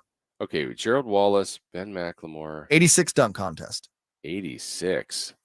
Wait, I already said Kenny Smith, or did I say Kenny you said Kenny Smith. It was at 86. Was he with Kenny Smith? No, he was with the Kings in 86. Baby blue jersey. It's the year Spud won. Wasn't Spud. I don't have it. Terry Tyler. Oh, Scott Marsh in the other studio had it, though. Terry Tyler. Wow. No one else since then? I mean, has been in those just as I think it's just those 4. Okay. McLemore, Wallace, Terry Tyler, and Kenny Smith. Derek Williams never did it, right? Not as a King. Yeah. I think he did it as a Wolf, though. Wow. Yeah, and then individually, I stumped you. I'm so excited I stumped you this Terry morning. Tyler. Yeah, I would not have gotten that one. Yeah. How did he do, by the way? Obviously, Spud won. He lost. Yeah, it was Spud and Dominique. Dominique was really great again. Dominique got robbed on a couple of slam dunk contests. Dominique got robbed in 86 because, I mean, it was Spud. And the other thing people forget, too, is that was in Dallas in 86, which is Spud's hometown. Right. There was loses in Jordan's hometown. Then he loses in Jordan's hometown 88. Dominique won it in 85 and 90. He should be a 4-time slam dunk champion. Yeah. The human highlight reel. He's one of the great dunkers because he had the perfect combination of power and the grace. Like, yeah. I mean, Jordan was really that grace and flying through the air, but Dominique also had the power dunks too. I loved watching Dominique dunk just because the way he just ripped that rim apart. He did. He was an angry dunker, but it worked well. It worked well. Well, congrats, though, by the way, to Keegan Murray, 23 points, 7 boards, 2 assists, nearly a steal and a half. Like we said, the best part, shooting 40% from 3, 50% from the floor as he goes and wins an MVP in the Summer League in Las Vegas, goes back-to-back because Davion won that last year. All right, the Kings have added some new players, some new additions. We're going to ask the voice of the UC Davis Aggies, Scott Marsh, who joins us next to talk about Chima Moneke. He's going to join the Kings, what the Kings are going to get in him and others. We'll do that when we come back. Check out the Golf to Go Hour with Frank LaRosa every week on Sactown Sports 1140. Get the latest on equipment, area courses, people that play the great game, and plenty of good conversations about golf. It's the Golf to Go Hour with Frank LaRosa. Wednesday from 6 p.m. to 7 p.m. and Saturday morning from 8 a.m. to 9 a.m. on Sactown Sports 1140. Golf to Go is brought to you by the Hagen Oaks Golf Super Shop, America's most awarded golf facility, and Naturewood Home Furnishings, where it's all about choices and always about quality, and Safe Credit Union. Let us put you first. Hey there, Jason Ross here for Quick Quack Car Wash. Now, keeping your life clean also means keeping your car clean. Now, a car, it's an extension of your life. And look, we spend so much time in our cars, things about between your work, your kids, family obligations. All of our lives are full of chaos. Well, for Quick Quack, it's like a life hack for me. That's how I defy expectations. With all the things I have going on, I still make it a part of my routine because I want to have a clean car. I want to have that second look when people drive by. And it's, for me, Quick Quack Car Wash is also about the experience, the vibe there. It's just a good time. I like to take my son and we go through with the music and the lights, and it's just a very good time out. Plus, when you go to a Quick Quack, you might see Quackles, and keep sending me those pictures on Twitter of Quackles. I love it. We will see you soon at a Quick Quack Car Wash. There are locations everywhere in all of Northern California, and we'll see you soon at a Quick Quack Car Wash near you. When there's trouble in the bedroom, it can hurt more than just your confidence. It can hurt your marriage or dating life.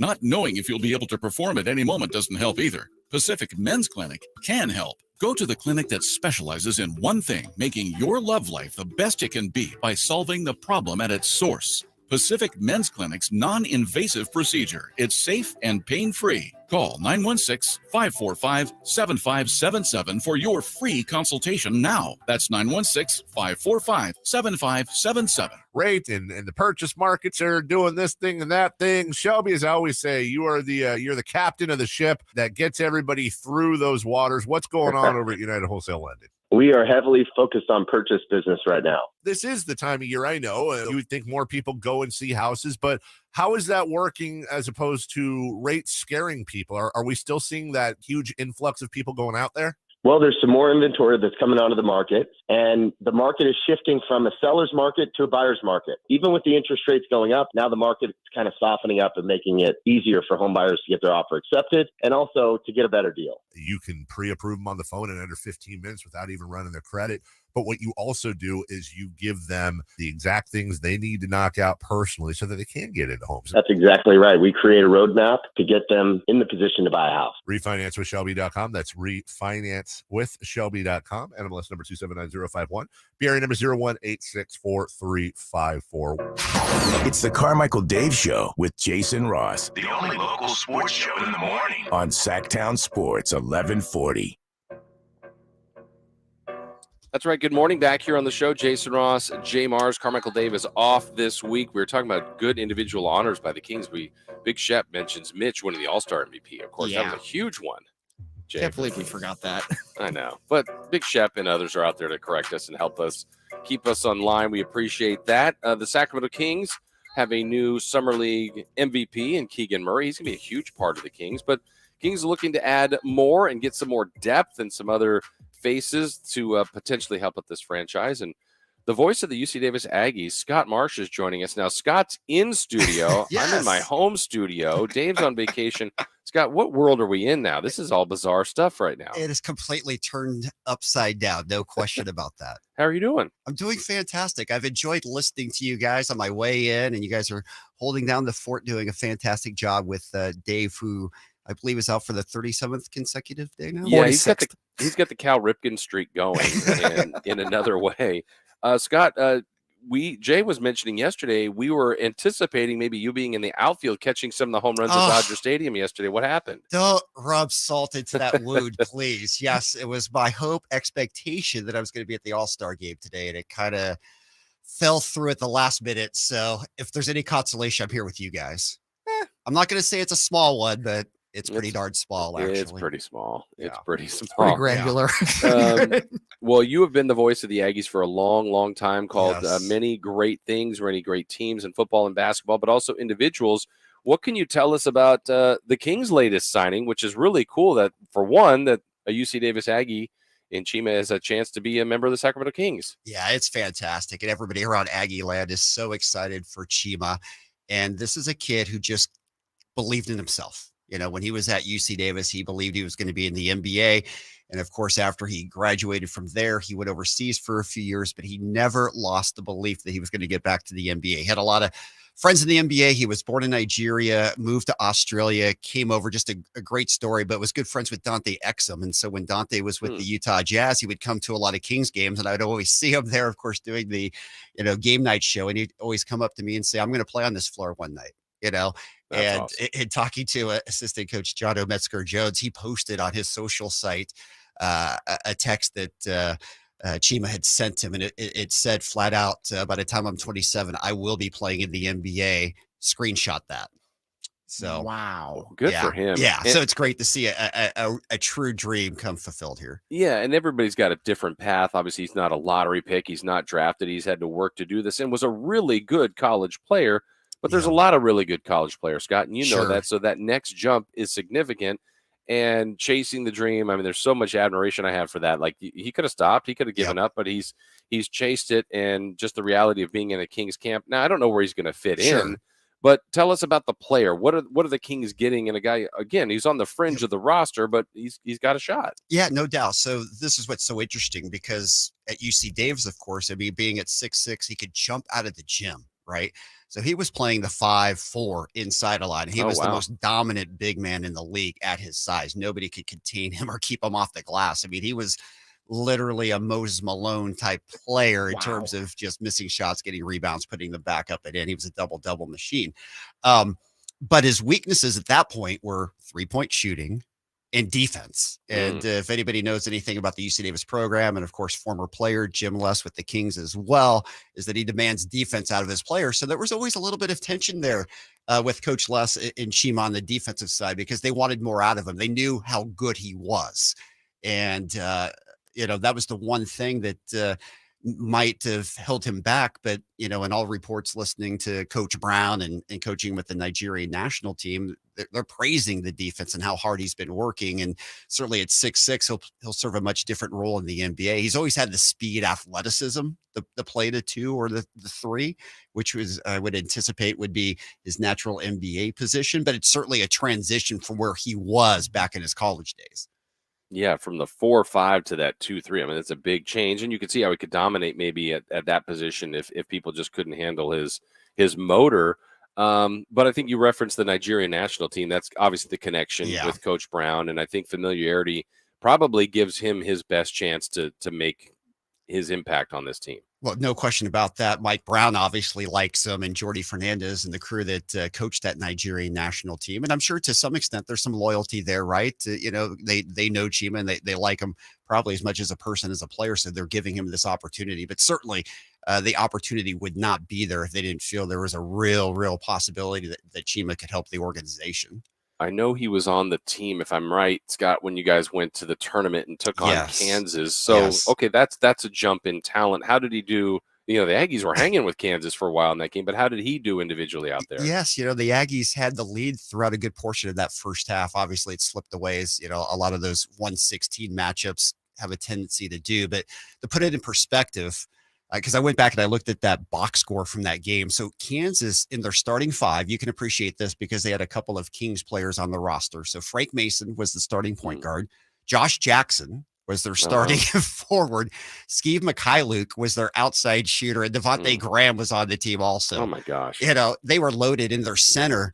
Ajabuke, I believe it was at the time, might have been a different 7-footer, was not playing because he was injured, but he was a surefire lottery pick. So that's the type of firepower that that Kansas brought that year. But Chima played extremely well against them. And some people thought that maybe Chima was the best athlete on the floor that day, several years ago. So it puts it in perspective of where Chima's athleticism was at that point in time.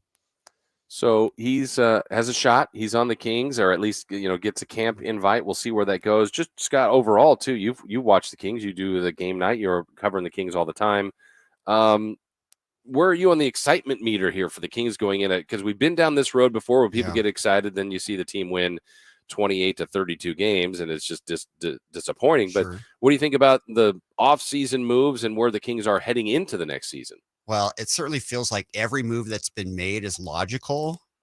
It's pushed the team forward in my estimation, and I'm really looking forward to the upcoming season. It was interesting because there was another social media post. I believe it was Chima having dinner with Keegan last night. So interesting, the two of them getting to know each other a little bit. But you've already touched on Keegan and how amazing he's been in Summer League, and you were down there to witness it firsthand. This guy, he just is another person who looks like who's been in the league for 5 years. And we've seen this with Tyrese, right? He was mature beyond his years. Keegan has that feel. And I'm not sure there's not any one aspect of his game that's not already polished. And I know we're watching Summer League, and you don't necessarily look a lot into that because you got to consider, of course, the caliber of competition. But he just seems like a guy who's going to fit in any role in any situation. Yeah, I agree. And I think he's also going to be the guy that plays better with better people around him too. I think he can just morph into that, which is going to be fun to see. JayMarZZ, you were talking earlier, it's the perfect time to bring Scott in on this, because you were on a quest to find Jim Les rookie cards, but you found something else. What did you find of Jim Les? This is what we do when Dave's gone. Me and Jason have segments on basketball and baseball cards. Yes. What we want to find. So I'm on eBay and I find this like set of 6 Jim Les Utah Jazz rookie cards. That I'm definitely consider buying. But I come across another thing for $500. That's a Jim Les item that I never thought I'd come across. It's his actual game-worn Utah Jazz rookie jersey. Someone has that up on eBay, Jason and Scott, for $500. Is it Jim Les? It's not. But if it is, he has a really good seller rate on eBay. You're going to do it, aren't you, Jay? I haven't made a really can't go home and explain this to my significant other purchase. We'll have to call Coach and see if he has any other of those jerseys. I was going to help you out. I was going to say, because I'm looking at it, I'm like, man, this is intriguing right now. Absolutely. We've got a lot of fans of Jim Les right here on this show between Scott, myself, and JayMarZZ. The biggest Jim Les fan. Yeah. When I was a kid, I had a Jim Les shrine in my room. So wow, that is good to know, Jay. We will have to set up a meet and greet. I was going to say that was do that. My first favorite player in the NBA was Jim Les, because the first Kings game I ever went to in 90 or 91. Dating myself here. He hit 5 threes, which, in the NBA now you hit 5 threes. That's kind of a thing.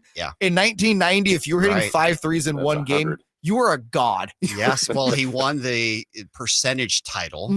I believe it was that year. It might have been a different year. And then he finished second also in the 3-point competition to Craig Hodges. Yes. Remember him missing that one in the corner. The money ball. He still talks about it all the time. Tell me about it. The funny thing about Coach Les, we go back a long ways. Obviously, I've been covering the Aggies, and it was great since he's come back to the team when his son was on the team as well, coming to coach he's in his 12th year now.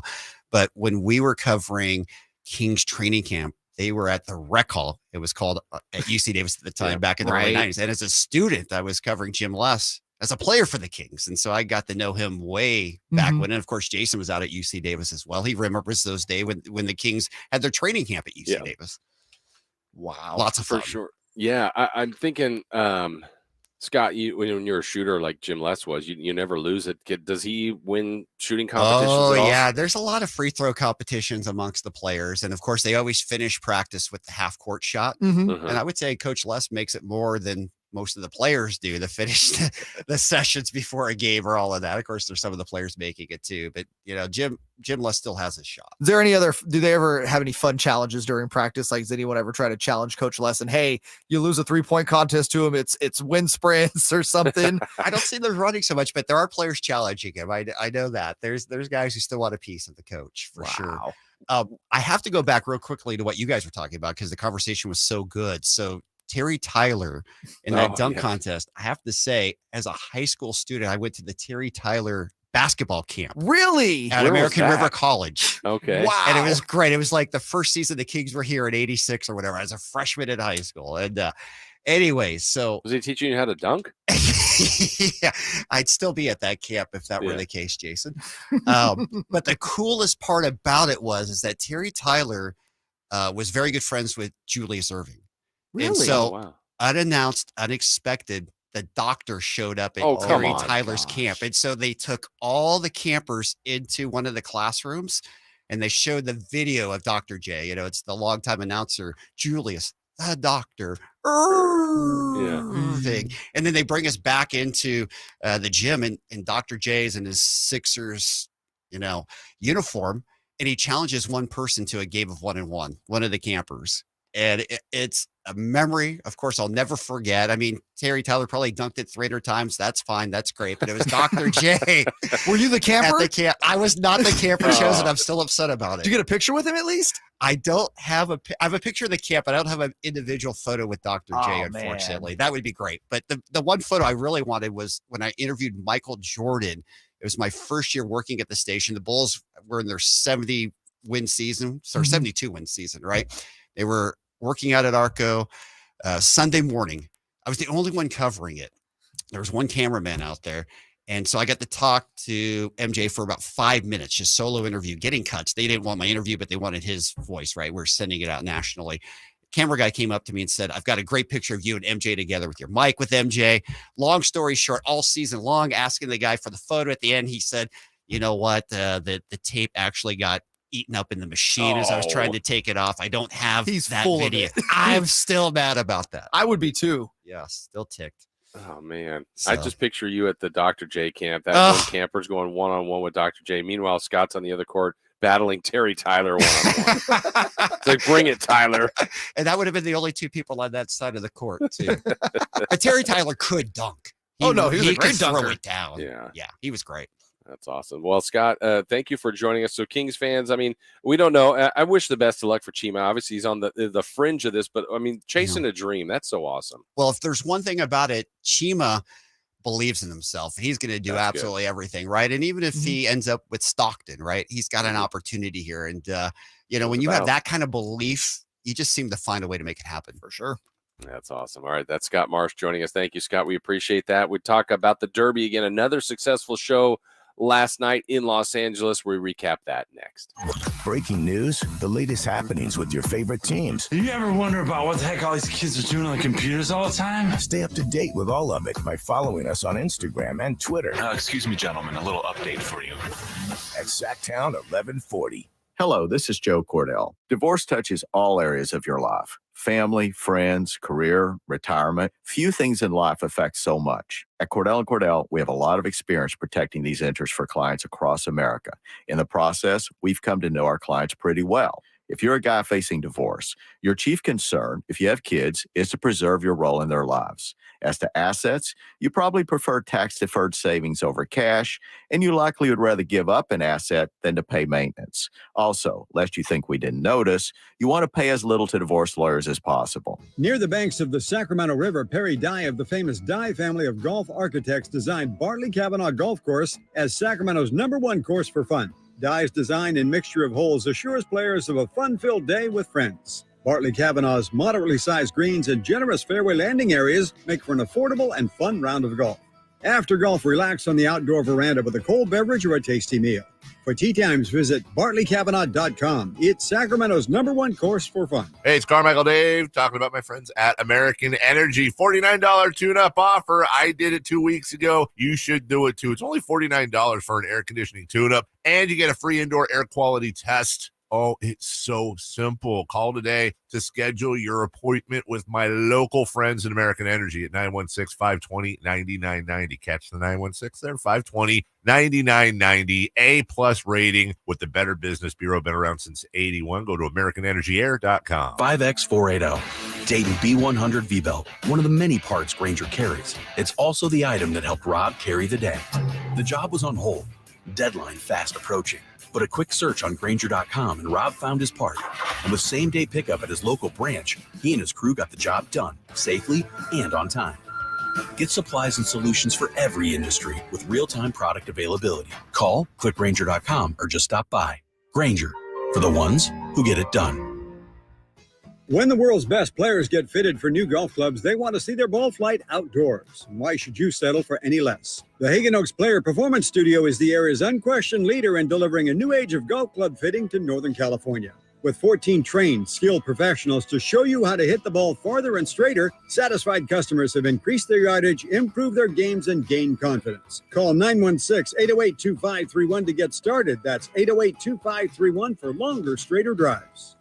Safe Credit Union is local, in your community, and member-owned. Because members are shareholders, Safe's profits, they're reinvested in you. You get lower rates and higher dividends, so you can save more, and you'll reach your financial goals faster. Now, Safe's branch staff, they're knowledgeable and ready to serve, and in-branch appointments are always encouraged at safecu.org. When you need advice about the future, well, let Safe put you first. Join Safe and be a part of the credit union movement today at safecu.org. Safe Credit Union is insured by NCUA. After 72 rounds of great golf, Australian Cameron Smith leaves historic St. Andrews with the Claret Jug. This is the 28-year-old's first major championship, having previously finished tied for second at the 2020 Masters and tied for fourth at the 2015 U.S. Open. Coverage of the 150th playing of the 2022 Open Championship from historic St. Andrews is proudly brought to you by last year's Elk Grove Dodge, Chrysler, Jeep, Ram. For over 60 years, their name means a great deal. The Lasher Auto Group thanks you. KHTK AM and HD1 Sacramento, KYMX HD2 Sacramento. From the Power Business Technology Toshiba Studios, it's Sactown Sports 1140. It's the Carmichael Dave Show. He's on the microphone when he's not on the microphone. He's playing a song, and when he's not playing a song, he's on the microphone. And then boom. With Jason Ross. Jay, hey, my headset's Text or call the show at 916-339-1140. It's the Carmichael Dave Show with Jason Ross on Sactown Sports 1140. Thanks again to Scott Marsh for joining us in the last segment, the voice of the UC Davis Aggies. You're going to hear Aggie football coming up soon on Sactown Sports 1140. But giving us a little more insight on Chima Moneke, who is going to be a member of the Sacramento Kings, at least an opportunity there to compete. I was thinking about his camp story there, Jay. Good for Terry Tyler, because to have your own camp, but yet bring in a bigger star than you, that all of a sudden all the kids' eyes and attentions will go to Dr. J. You have to have confidence in yourself to I'm going to bring in Dr. J here. That's cool. But then all of a sudden it's like, yeah, I mean, Scott's memories are more about Dr. J than Terry Tyler. Well, and you got to imagine, I think this is the point you're trying to make. Terry Tyler seems grounded enough to know that, hey, if I bring Dr. J to my basketball camp, everyone's going to be talking about Dr. J and not me. Yeah, I've elevated the experience. And maybe that's what he wanted, right? Maybe Terry Tyler was over them damn kids, specifically Scott Marsh, and was like, I need to bring someone in here to take these kids away from me. Yeah. That's a good one. I also thought really cool the story that, kind of got lost in that story was the fact that Dr. J showed up in full uniform. That's the best, right? That sounds like a TV show. Like, hey, we're going to make a special episode of Three's Company or something, and here's Dr. J in uniform. Right. That doesn't happen. No. But he shows up at a camp and he's in the Sixers uniform. That's awesome. Do you think LeBron James would show up at insert role player? Because that's what Terry Tyler was, right? So is LeBron showing up to Taylor Horton Tucker's camp in his full Laker garb? I doubt it. He's got LeBron stuff on, right? Yeah, he's LeBroning for sure. He's LeBroning. Yeah, camps. I remember as a kid going to a few camps. Those were just so much fun. They're just, the camp in general is fun, but a lot of times you're going because of the name attached to the camp or the team attached to the camp. And if you get a chance to see anyone associated with that, and that's where athletes are different. Some are, hey, I'm 24/7. Well, not 24/7, but I'm fully engrossed in this camp, and others just show up for 5 minutes. And you're like, okay, you don't know what you're getting until you get there, but that's what made a good camp to me as a kid. Yeah, and unfortunately, I never even got to go to those camps where they were a players specific camp. I went to several baseball and basketball camps, so I don't have an experience like Scott did where I'm just sitting down, at basketball camp and insert NBA player walks in. Mm-hmm. We used to go to the Elk Grove High School ones. They couldn't even pull Bill Cartwright. It's the middle of the summer. It was probably just former Elk Grove players or players Current of players. Decent game in Sacramento that they could get there that just maybe showed some drills, right? Like that's probably all it was. Yeah, I mean, we would have it would be other area high school coaches and stuff, but I'm like, we're sitting in Bill Cartwright gym right now, but we can't have Bill Cartwright just make a cameo. Yeah, come on, guys. I want to learn how to post up here like the big Bill. I want to learn how to shoot free throws like Bill Cartwright. Oh yes, get that little rhythm that Bill had for sure. Last night was the Home Run Derby in Los Angeles. Different storylines. We were talking about this a little bit earlier, Jay. It ended up being a good night. I think it's a good show. It's good television. I think it's really done well for TV. I still think it would be a fun event to be at. Yes. Catch home runs. There was the lady that showed that was like in the top part of Dodger Stadium in the outfield. And because she had her glove, she got one of those home runs that kind of caromed off multiple people to get to it. But that part, probably the fight for the home runs in the outfield seats would be a little bit scary, but that would be fun as well. Yeah, that's one of those, though, where you definitely want to be in the bleachers, right? If you're doing home run derby, it's one of the rare times where it's like bleacher seating. Do you think the bleacher seating actually I should look this up for the next one. I bet it is more. I was going to say, do you think it's more than standard seating?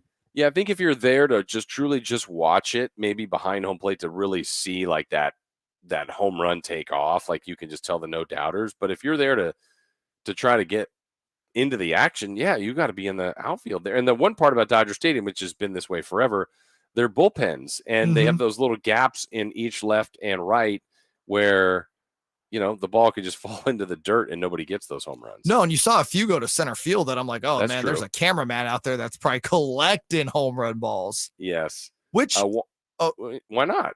Yeah, real quick. Of all the home run balls hit yesterday, which one would you have wanted to caught? I don't know which one, because they might have said one went the farthest, and that I don't know which one was. I don't know that it stood out anymore. I want to say the winner or something from Pujols.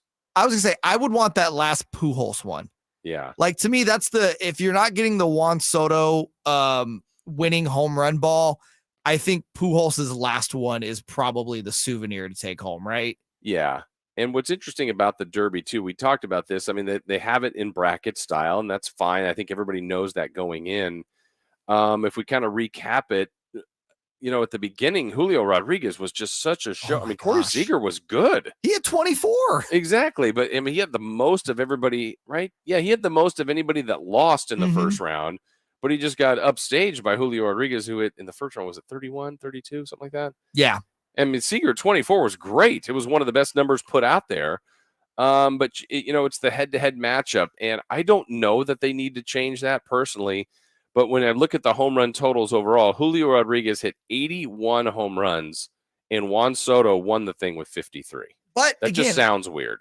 It is, but I look at it. It's bracket seating, so you could have a team. Let's just take a team sport where it's bracket seating, right? And let's just use basketball as a reference, where a team loses in the finals. The entire tournament, they scored 500 points, and the other team that won the title scored 300, right? Right. But I think that's why it actually makes it more interesting to have bracket play. Yeah. And then the other part of it is everybody got the extra 30 seconds, which is makes interesting. No sense to me. I don't know why you just wouldn't make it 3 minutes and 30 seconds. But then you could get the additional 30 if you hit it, over 450, 440? 440 twice. So 440 twice, which Pujols was never doing. Most everyone else was doing. I think Soto wasn't always doing that either, but like Alonso was just mashing. He ended up hitting 43, but it felt like he had a disappointing run. It's a good event. I think Schwarber was disappointing. Jose Ramirez, I thought, would do better. He didn't have a very good run. But, it's fun. It's entertaining. And you see the guys like Soto, to me, Jay, had just more of a traditional baseball swing, while other guys looked like they were literally trying to hit it out of the stadium. No, that was the guy that I could tell every time was trying to hit it out of the stadium and would swing through his shoes was Rodriguez. Yeah. And it looked like, especially in that second round, he was starting to wear down a little bit. And they were mentioning on the broadcast, you notice Pujols wasn't swinging and everything because in that second round, I would say in that last minute, you could see him like grimacing almost. Like his legs must have felt like jello. I was laughing. I told Alexa when she was watching it next to me, I goes, there's something that tells me he doesn't want to make it to the finals. Like he probably is like, okay, I got the upset. I'm good. My legs can't handle this much longer. how similar do the vibes have of like the dunk contest, in the sense of the other NBA players that are at the dunk contest are either giving ideas, supporting, being the hype men, fanning people, in this situation where Pujols was getting love from everybody, but others that they're, if Alonso had support or Soto had support, those guys that would come up and, it just felt, excuse me, it felt very much like that as far as that vibe of support from teammates or other baseball players. But that's what I love about the home run derby is that vibe, is that support. Like, it's because I always wonder what they're saying too. Like every time a New York Met would walk up to Juan Soto at some point last night, I'm like, dude, are they recruiting him right now in the middle of the home run derby? But you're right. It really went to show kind of that brotherhood that baseball has, and all those guys out there just so happy for one another. And just, they look like, Jason, like they were having the time of their lives. Mm-hmm. And I feel like it's the only sport that still translate during All-Star Weekend. Like NBA All-Star Weekend, guys are having fun, but it seems like baseball, like it's still competitive enough, but they also have that just real sense of like, this is really a gathering. This is a true celebration of the game. Whereas I don't feel like the NBA All-Star Weekend has that vibe that baseball has. Yeah, and they're trying to put on a show. They're trying to grow the game, trying to get those that maybe aren't as interested or those that are there to stay as fans. And I love the love they gave to Pujols. I'm glad he got his moment. I mean, to be honest, when he and Schwarber in that first round went into that extended time, kind of that one extra minute, Pujols went off in that group. Like he hit 7 in a minute. 7. That was amazing. Yeah, and I think he hit at 1.5 or 6 in a row within that 7. And it was like you saw him, he just got hot. And he hit it all to like that same place out there in that little short spot in left field at Dodger Stadium, which I think he had an advantage of playing in Dodger Stadium last year. He clearly knew where to hit the ball. But yeah, that was to me the best moment of the night. It wasn't Soto winning as much as, Rodriguez was just a phenomenon last night. It was watching Albert. And I think the big thing with it was after him winning that first round, did you start to get kind of the Cinderella vibes? Like, oh my God, Albert could win this thing. Yeah, especially when Soto in round 2 was not, that number Albert put up, I'm like, Soto's going to beat that pretty easily. And then he was struggling to get there. I thought, oh my gosh, is Albert going to be in the finals? Yeah. But then Soto caught him eventually, and then Soto wins the whole thing. And to me, the other thing, and they talk about it every year, but Jay, the pitching is so key. Just like getting in a groove with your pitcher there, their BP guy that just kind of keeps hitting that magic spot. Yeah, and I think the one who struggled with that was Acuna's BP coach that was throwing, because is he throwing curveballs and changeups? What's he doing? I love that they had they would flash the meter of pitches where the pitchers were throwing it, and like Acuna's was all over the place. Whereas you get someone like Pete Alonso, everything up, which is where he wanted the ball. Yeah. But to your point, it really does matter having that pitching coach out there that can throw. And wasn't it Seager had his dad throwing to him, which I thought that was really cool. Yeah, that's happened before, and I think those are great moments, father-son moments out there. And Home Run Derby is success. I think it's a good event. It's a good showcase. Alonso was good again, but his three-peat comes up short. Albert got his moment. J-Rod put on a show. But Juan Soto wins the Derby. Now, the All-Star game is tonight. Clayton Kershaw to pitch for the NL. We got that. We'll look at the Midsummer Night Classic from L.A. and how the game will be decided if it's tied, a wrinkle that baseball is throwing in this year. We've got that and more coming up. A revamped website, expanded coverage of the teams you love, more accessible than ever. Where is it? Online at SactownSports.com and on your dial at 1140. This is Sactown Sports 1140. Hand me that nail gun. Here you go. And here's the fries. Lunch. Who's hungry?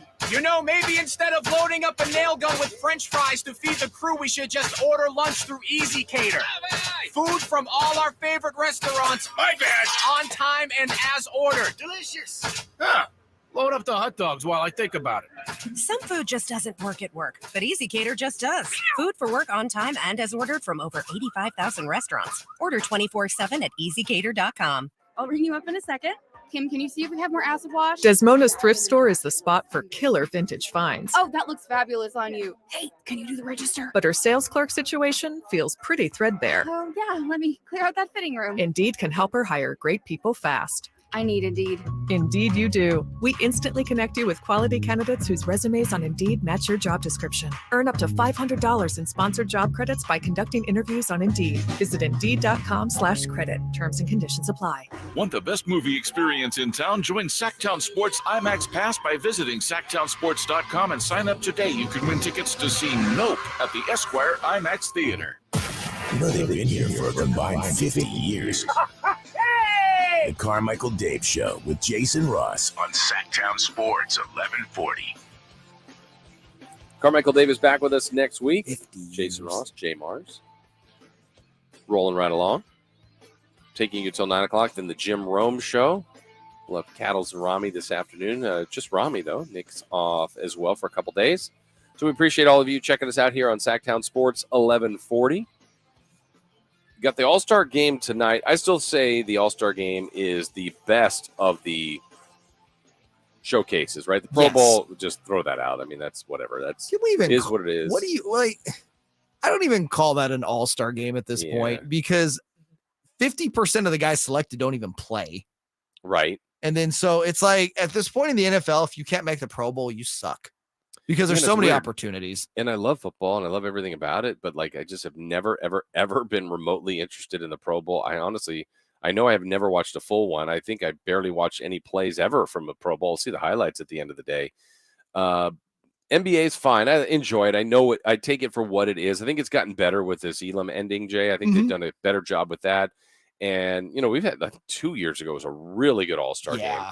But baseball, I mean, it's played. There's not a lot of gimmicks. I mean, when you're pitching, like Kershaw's going to be up on the mound tonight, he's going to try to get everybody out. I don't think there's not any trickery to this. This is a baseball game with good players. And because you look at it from the NFL standpoint, it's very obvious why the Pro Bowl sucks. Guys aren't, again, majority of the guys selected aren't playing because they don't want to.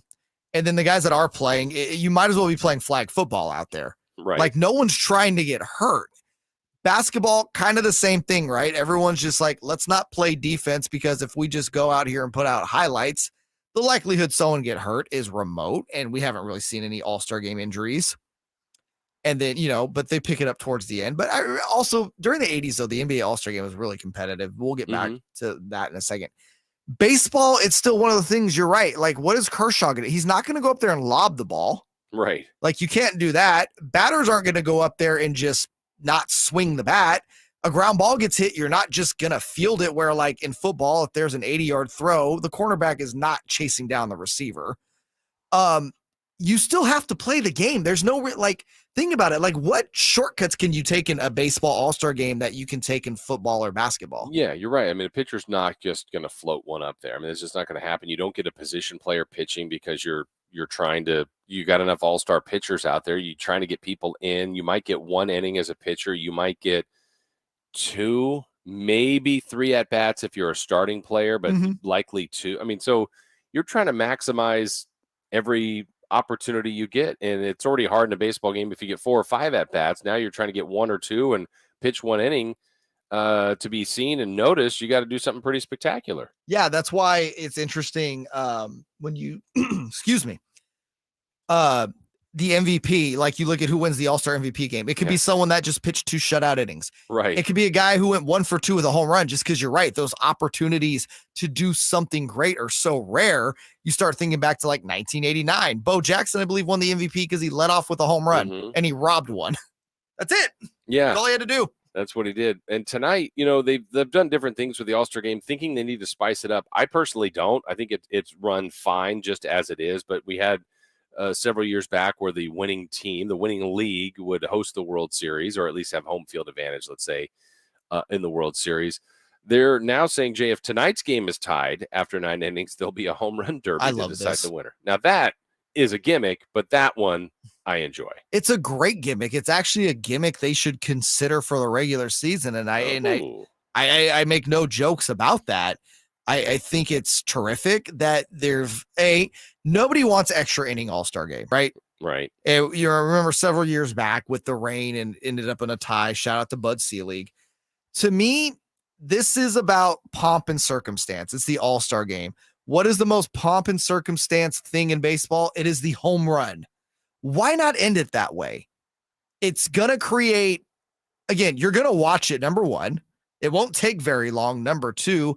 And number three, I mean, Jason, you're going to be on the edge of your seat watching it, and it puts pressure on the players. Yeah, and I think, did I see this right? Yeah, they've already got the people selected. So basically, if it happens, if it's tied after 9, each league will have 3 players that would take 3 swings apiece to decide the final result. So the National League has selected Ronald Acuna Jr., Kyle Schwarber, and Pete Alonso. All 3 in the home run derby. Yeah, while the American League has Julio Rodriguez, Kyle Tucker, and Ty France. Okay, so Dusty. 2 Mariners. Curious about Dusty's selections there. But, I mean, you've got Judge, you've got Stanton. And you're not picking that. Maybe they made a statement saying, no, I don't want to be in that. But or maybe Dusty's just completely anti-Yankee. Could be. But I would be for that. Now, that would be something different. That we haven't seen before. If the game is tied, I don't think they need to force that. But if it's tied, let's do it. Let's have this home run derby. Would you want to see that in the regular season? Justin Turner during the bubble season had mentioned that that should be the way we end extra inning games. Yeah, I would be entertained by that. I've told you I'm a fan. Like I could watch a 21 inning game. I'm fine with that, but I know I'm the outlier. But also at first when I'm like runner on second, but I like it. I really like that now. I think it changes strategy. You generally get games over by the 10th, maybe the 11th inning. Sometimes you get a lot more runs too, just on that situation of already having a runner on second. I'm for that. I think that changes the scope of it, and you're getting to the end in a sport that's not timed. A lot of times you can say in the NBA, there's 20 seconds left.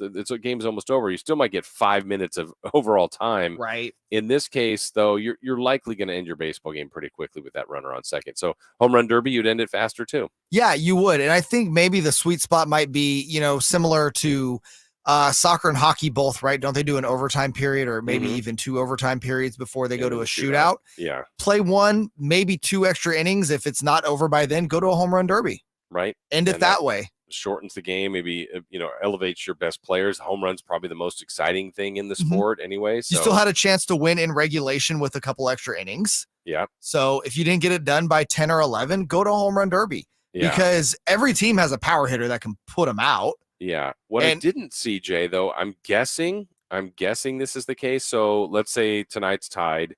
The American League is batting first in the home run derby because of their visitors. Isn't an American League pitcher pitching? I would think so. Because you're not trying to get these guys out. You're just basically grooving home runs, hopefully. Oh, yeah, no, for sure. And is it a coach or are they going to actually hold off and have a pitcher do it? Yeah, I don't know. Now I really hope they tie tonight. That would be fun. That would be fun to see that. The other interesting story, I would say this, every team, part of the All-Star game, whether you like it or not, is you always want representation from every team. Now, the A's have had a miserable year, but Paul Blackburn's going to be there. The Giants haven't had the year they hoped for, but they had initially one in Peterson. I think Rodon got added there. Yep. But let's go back to Blackburn. The A's finished their first half of the season. They were in Houston taking on the Astros. They did win 2 of 3 from the first place Astros, but Blackburn was set to come to L.A. For the All-Star game and was going to, be on one of those middle seats, maybe in Southwest. Wait for his free peanuts and soft drink. Yes. Until he got word from the Houston Astros. Let's listen to this on how it all kind of came about. Yeah, I flew with Houston over here with their guys, their charter. It was fun. I felt like they made me feel very kind of welcomed and comfortable, and we had some good conversations, some good laughs. It was fun. It was a good time. How did it come about? I was just brought to me and asked if I wanted to fly with them, and I said yeah. If Dusty would allow that, then yeah, of course. What did it mean to you that the Astros organization wanted to bring you over here to the All-Star game on their charter? No, it's awesome. It just kind of shows that within baseball, everyone it's just kind of like a brotherhood, and everyone kind of respects each other and tries to help each other out. So I'm greatly appreciative for their organization and then letting me kind of tag along over here. Was it awkward at first at all? On the bus, it was pretty. It wasn't awkward. I just felt a little uncomfortable. Everyone was walking on. I have no clue who anyone was. No one probably really knew who I was on there. But no, it was a good time. If you could speak to the Astros organization right now, what would you like to tell them? I just want to tell them thank you for letting me get on their charter and finding me a ride over here to LA. Wow. I mean, first off, kudos to Dusty and the Houston Astros. That's great. Also, kind of shame on the A's. I was just gonna say, dude, a bad look. But is it also like the most A's thing ever? Yeah, very predictable, right? Yes. My Lord. Yeah, good for the Astros, though. Like, hey, look, we're going this direction. We got a bunch of guys going there. Dusty's good with it. Join us. Come on. We'll bring you. Do the A's know they have an all-star? They know Blackburn's going, right? Fantastic question. Like, I know, obviously, Mark Kotsay and the roster knows, but, does John Fisher know that he has a guy playing the all-star game every year? I don't know the answer to that. I would like be willing say to the bet obvious no. is yes, but man, you got to take care of your guys. I mean, No that's really what kidding. it's all about. You're gonna put the dude on Southwest. He's a professional baseball player. Man, At least rent him a that's nice rough. car. That's rough. Good for you, Houston. Blackburn, I hope you enjoy your time. I don't know if you get a batter or an inning, whatever it might be today. He might be throwing the BP. He might be grooving it for the home run derby. Who knows how it'll go? Well, speaking of the All-Star games, what's your favorite All-Star game memory? There's some pretty good ones for baseball over the years. We'll get into that when we come back.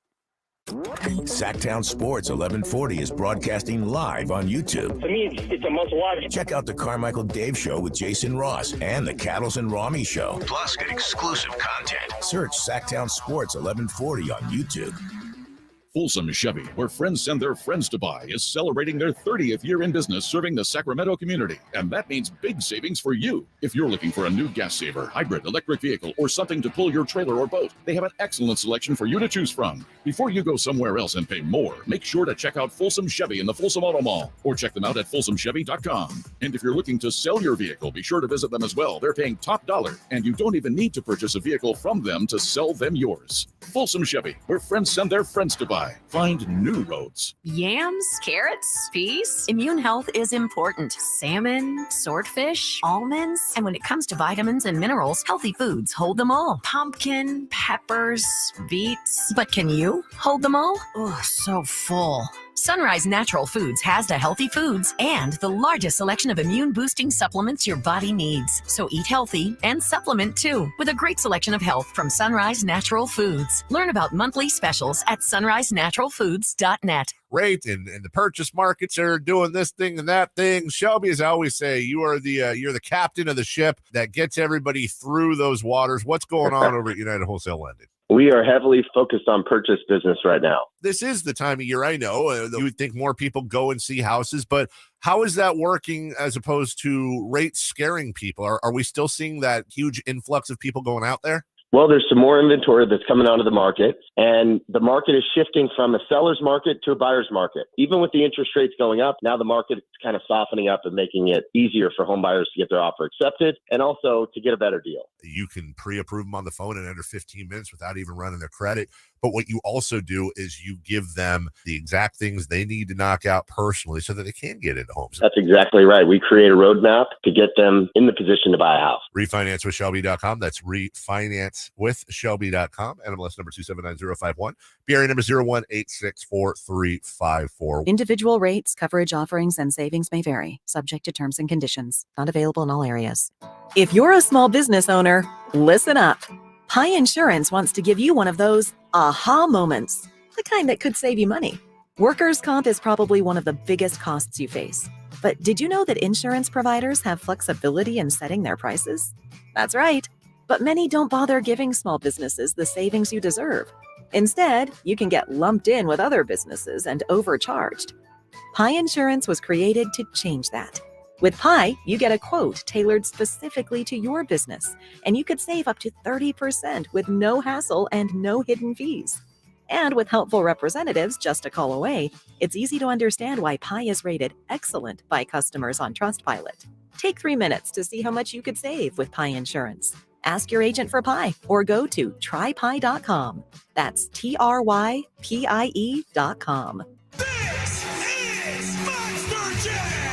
The official Monster Truck Series.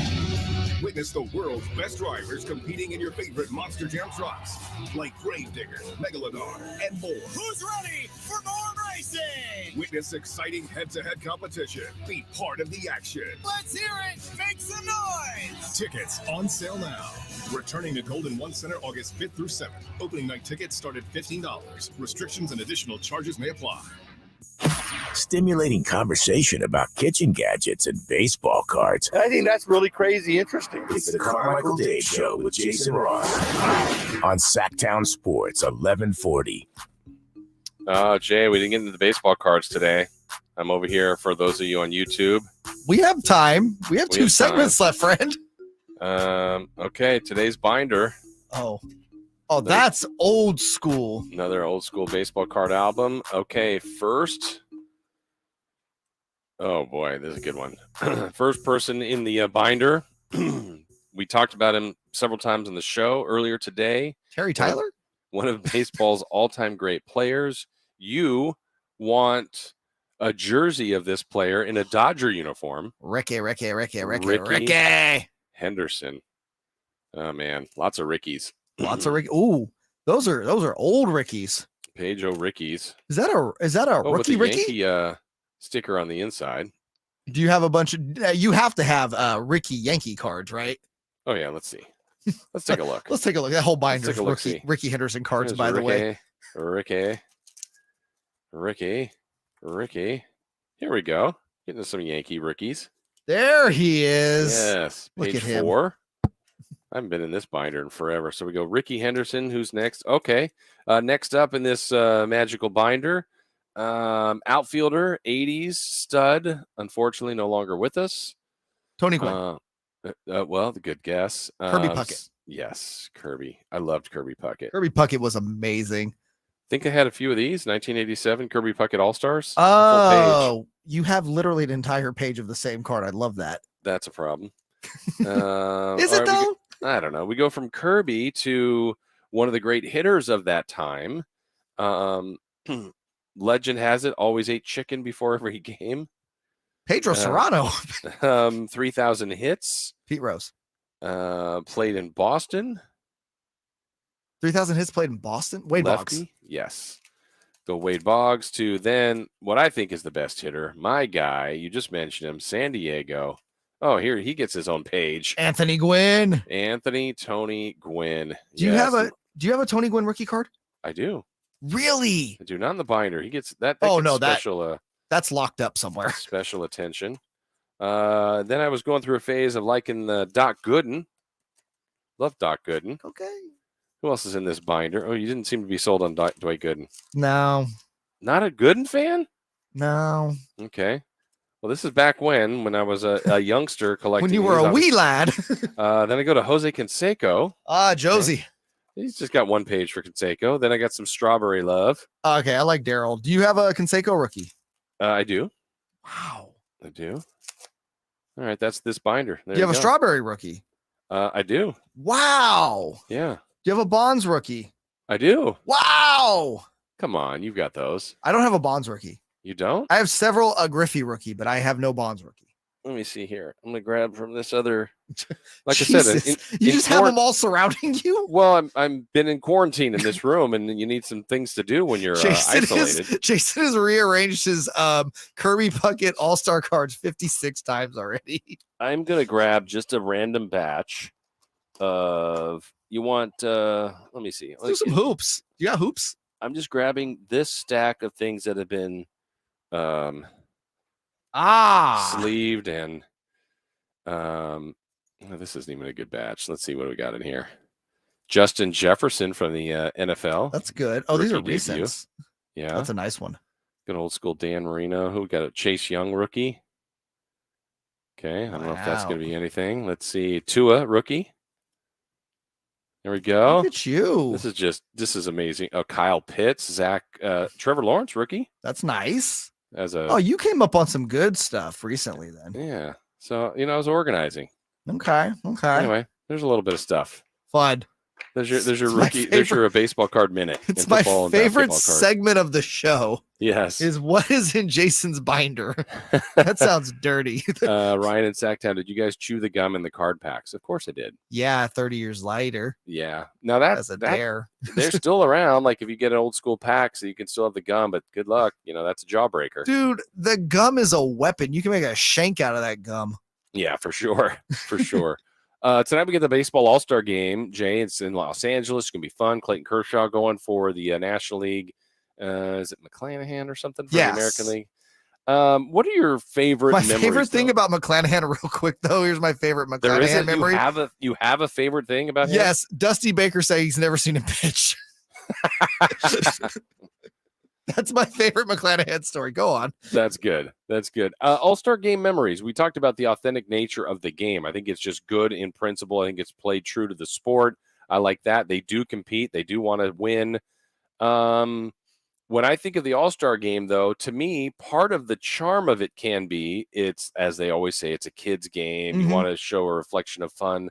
I remember John Kruk, I believe was at Jack Murphy, but stepping 93. in. Yeah, was that Jack Murphy? I can't remember. But stepping in against Randy Johnson and basically like looking like you or I, like I'm so afraid to be in this batter's box against Randy Johnson. I am getting out of here. Did he end up like, I don't know if it was on purpose or on accident, but turning his helmet around? Yeah, because I think didn't he throw one behind him like on purpose? Like he could tell. I think so. And it was just like, okay, I'm done with this guy. Yeah, no, Kruk had wanted no part. And to be fair, you have to put it in its context. Randy Johnson was such an anomaly at that time. And a lefty on lefty matchup, the way Johnson came in with that sidearm had to be terrifying. Yeah, I again, hitters have to have the utmost confidence. You don't want to show fear in there, but I don't blame Kruk. He's not like, during the All-Star game. Nope, I don't want any part of this guy. I don't want him in the regular season. I don't want him in the postseason. I can't think of a much more intimidating pitcher than Randy Johnson's up on that short list. Oh, for sure. I mean, he's top 5 all time. One of my favorites, I think I mentioned this the other day, but one of my favorite things about the All-Star game, and again, baseball just does this better than everyone else, is kind of just the youth and the older crowd getting together and just the respect you see. You saw it last night with Juan Soto and Albert Pujols, but I remember it was Cal Ripken Jr.'s last All-Star game. And for those I remembered, Cal Ripken, Cal Ripken Jr. started as a third baseman, played a lot of shortstop, moved back to third base. And I'll never forget A-Rod saying, "Hey man, it's your last game. Come play shortstop." And they switched positions in the first inning. Yeah. I don't know why. I just thought that was super cool at the time. Am I remembering right? Did Ripken win MVP of that? There was one he did where he hit a homer, and maybe he homered in that. I don't know. There was something. He won a home run derby. Okay. Ripken, and there's random. Yes, Cal Ripken Jr. did win the home run derby once upon a time. Oh yeah. Another memory for me, this would be 2002 in Milwaukee. Bonds hit that looked to be a homer, and Torrey Hunter robbed him.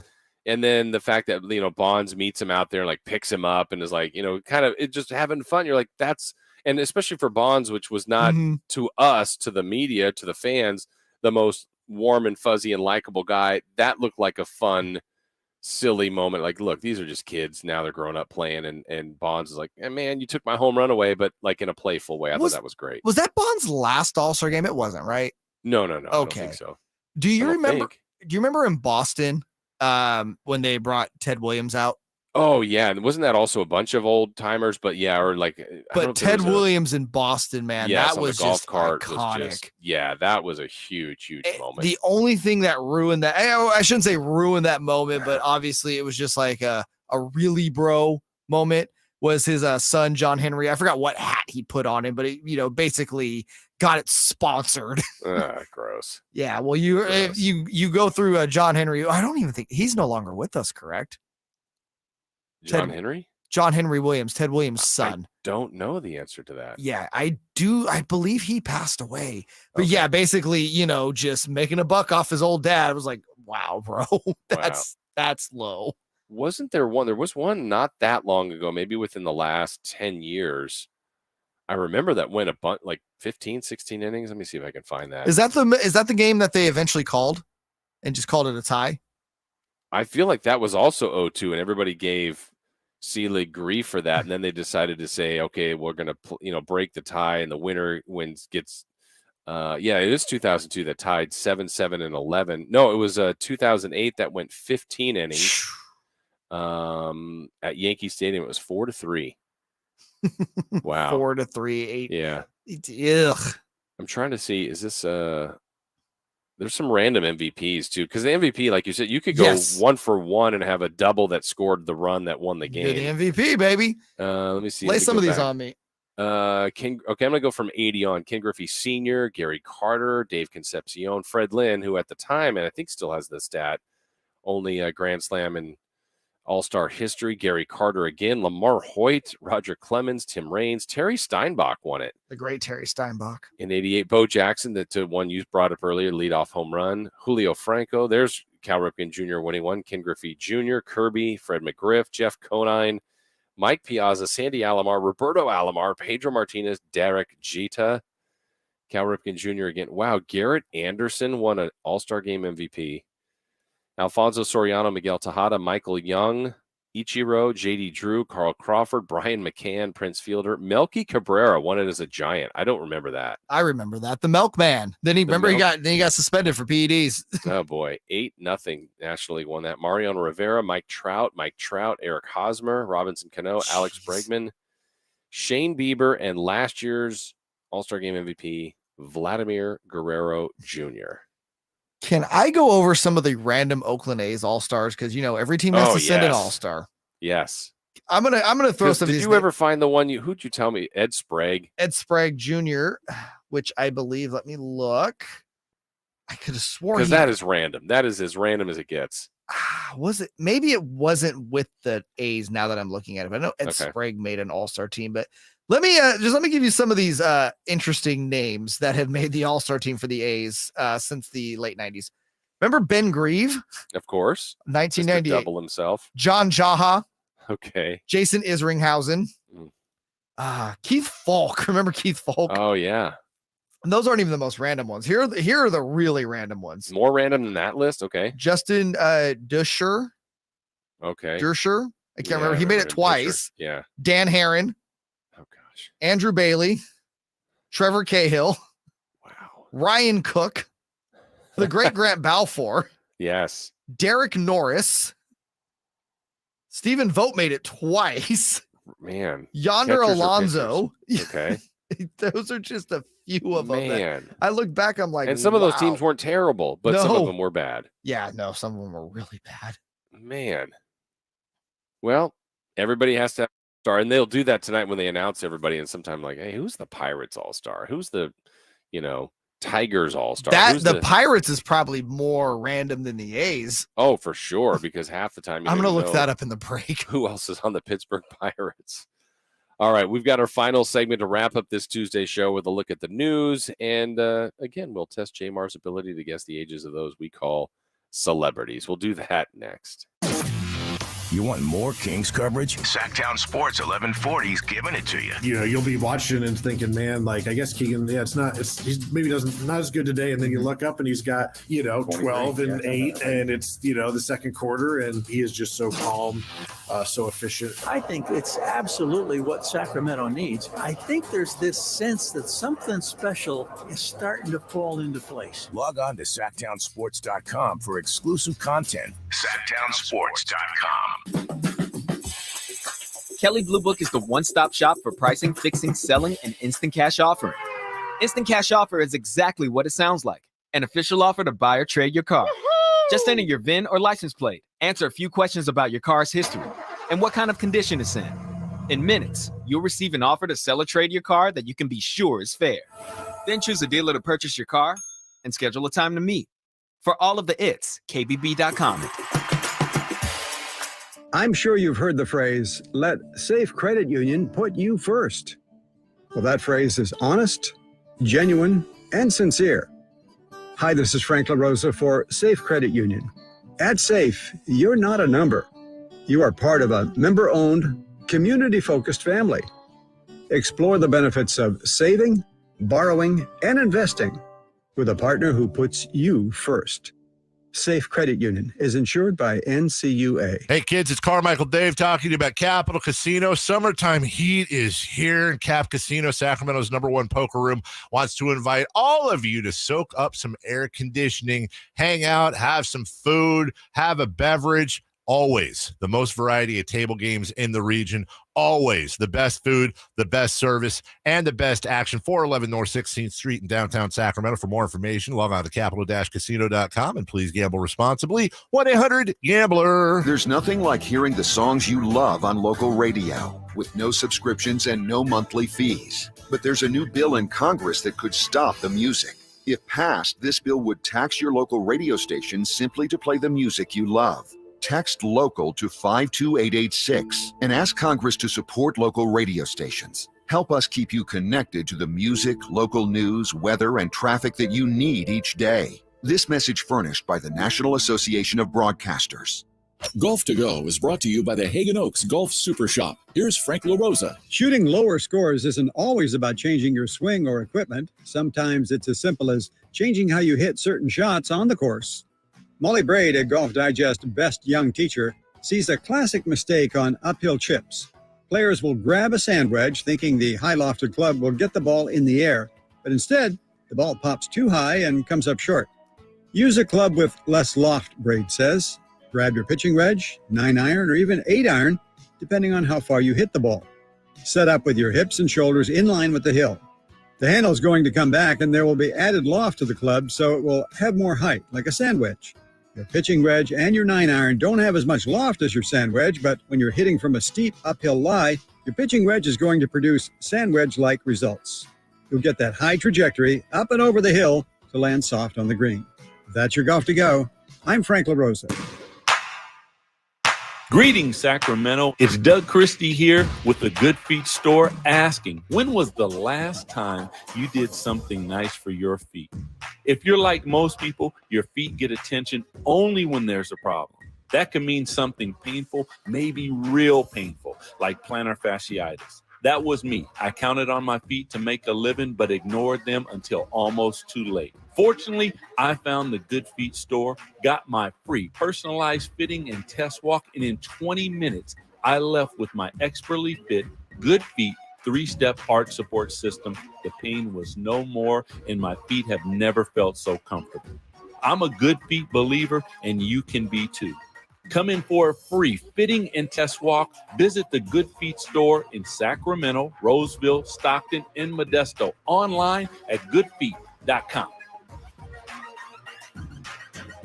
Stand by on this frequency. It's time for the news of the day. Thank you for ruining the show and dropping a steamer on my journalistic integrity. Today's important headlines, intelligent analysis, hard-hitting interviews. Yeah, this is none of those things. Here's Carmichael Dave and Jason Ross. Oh my God, I love those guys.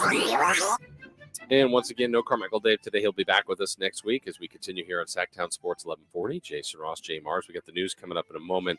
Part of our news today, though, as you hear it, the lead in there, it's a little different. Jay, you did a deep diving during the break. We were giving Oakland A's random all-stars. Do the Pirates have a more random list? It's pretty close. I read. I took the list down.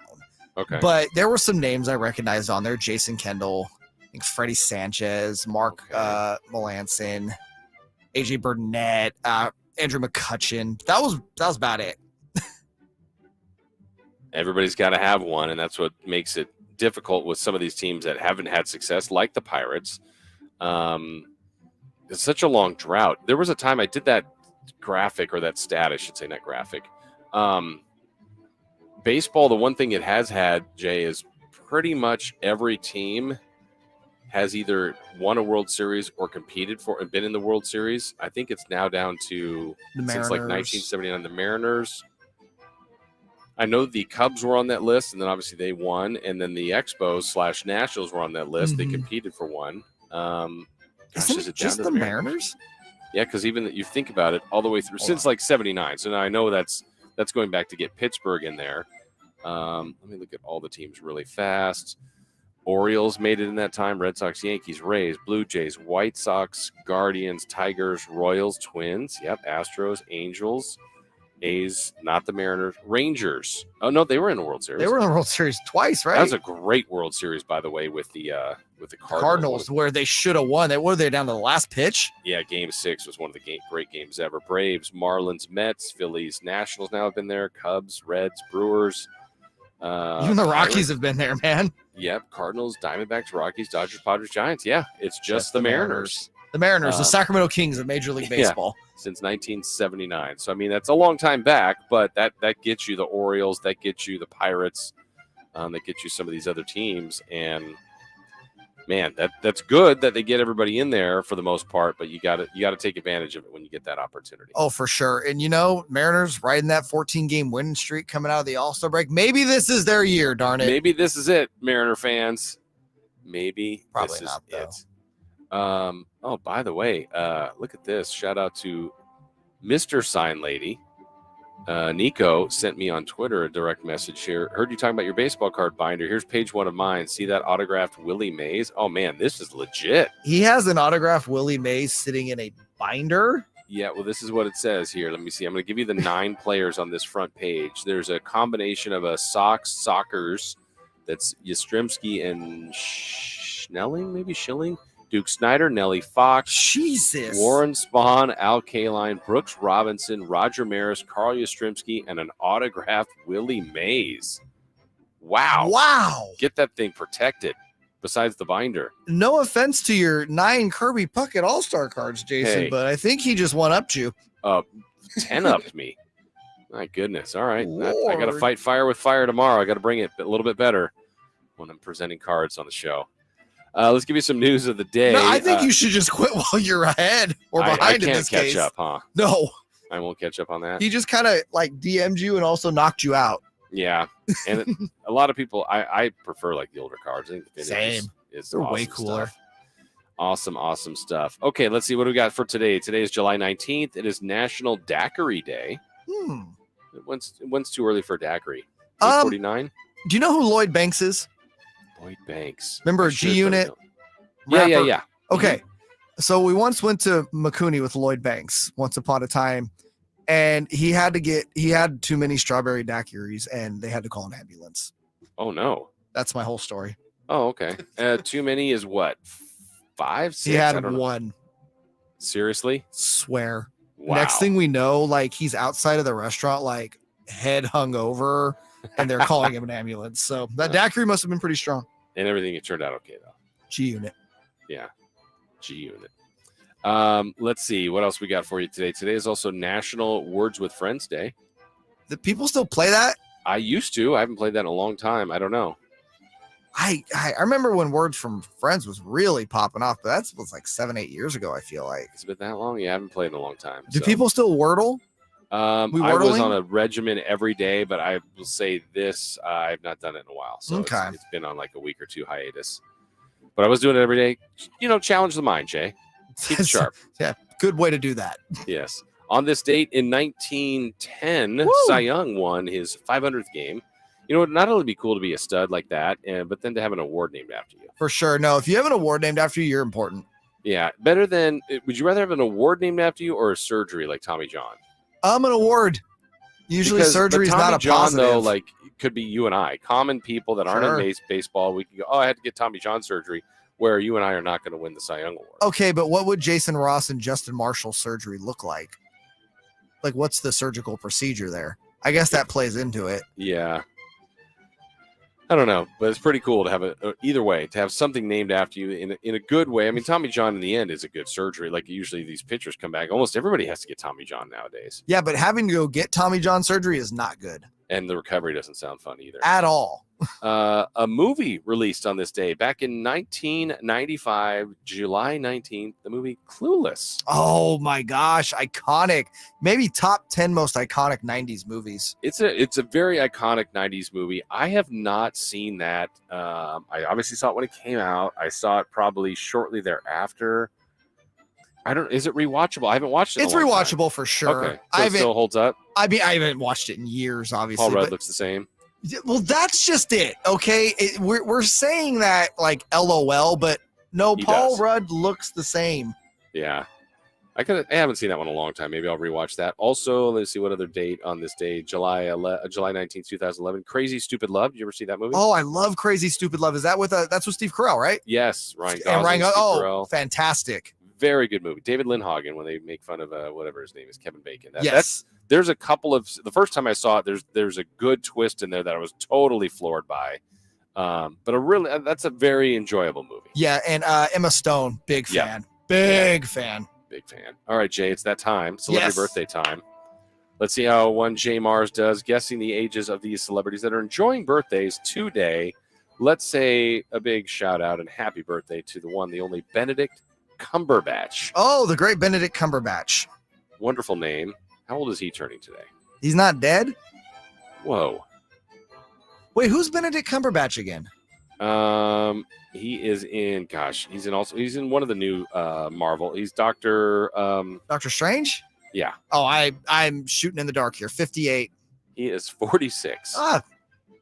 Now, who were you thinking Benedict Cumberbatch was? Benedict Cumberbatch sounds like someone who's dead. Okay. Like someone who was born in like 1846 has the name Benedict Cumberbatch. Like there's no reason for somebody to be alive with that name. All right. Well, we're going to test this one. See how good you are on young people's ages. Riley Curry, the adorable daughter of Steph and Aisha Curry. Riley Curry Was the showstopper of the finals a couple years back. right? I'm trying to do the math. She's 11. Very good. She's 10. Very good. 10 years old. MMA. John Jones. How old is John Jones? John Bones Jones. He got to be up there now. 37? 34. Wow. Younger than I thought. Happy birthday to, let me see, Anthony Edwards. Not that Anthony Edwards. He was in ER. He was Goose. In the first Top Gun. I haven't seen him in a while. Don't know what else he's been in. Someone could enlighten us of what else he's been in lately, but play along at home as well. How old is Anthony Edwards turning today? I'm going to say Anthony Edwards is turning 68. He is 59. Oh, boy, you really? aged him a little bit. Yeah. Oh, I figured he was at least 30 in Top Gun. He was in, well, there you go. If he was 30, it's 30 years old, isn't it? If he's 30, the movie Top Gun is 36 years old. Is it that old? So he would have been 66 if he was 30. I thought he was in his younger. 30s. Okay. He was also in Revenge of the Nerds. Ah. Yeah. Did you ever see Revenge of the Nerds? No. Oh, classic. Happy birthday to Howard Schultz. Oh, God. Starbucks Yes. and other stuff. Schultze's 62. Schultze is turning a robust 68. Oh, okay. I was pretty close on that one. Yeah. Happy birthday. You are not, you're a coffee guy, but not a Starbucks guy? I wouldn't even call myself a coffee guy. I drink it to wake up. And when I do, it's Dunkin' Donuts. There you go. A lot of people like that. Oh, you forgot a birthday. Who'd I forget? Rachel Robinson. Okay, now wife I need of Jackie Robinson. Oh, yes. Is this a big one, too? A really big one? Yes. Do you know the number? I do, but What I'll is let it? you say it. 100 years old. Really big one. Congratulations. That's amazing. What a life she had. Certainly what a life he had. But 100, that's awesome. Yes, it is. I would have thought Benedict Cumberbatch was 100. You put him at like 300.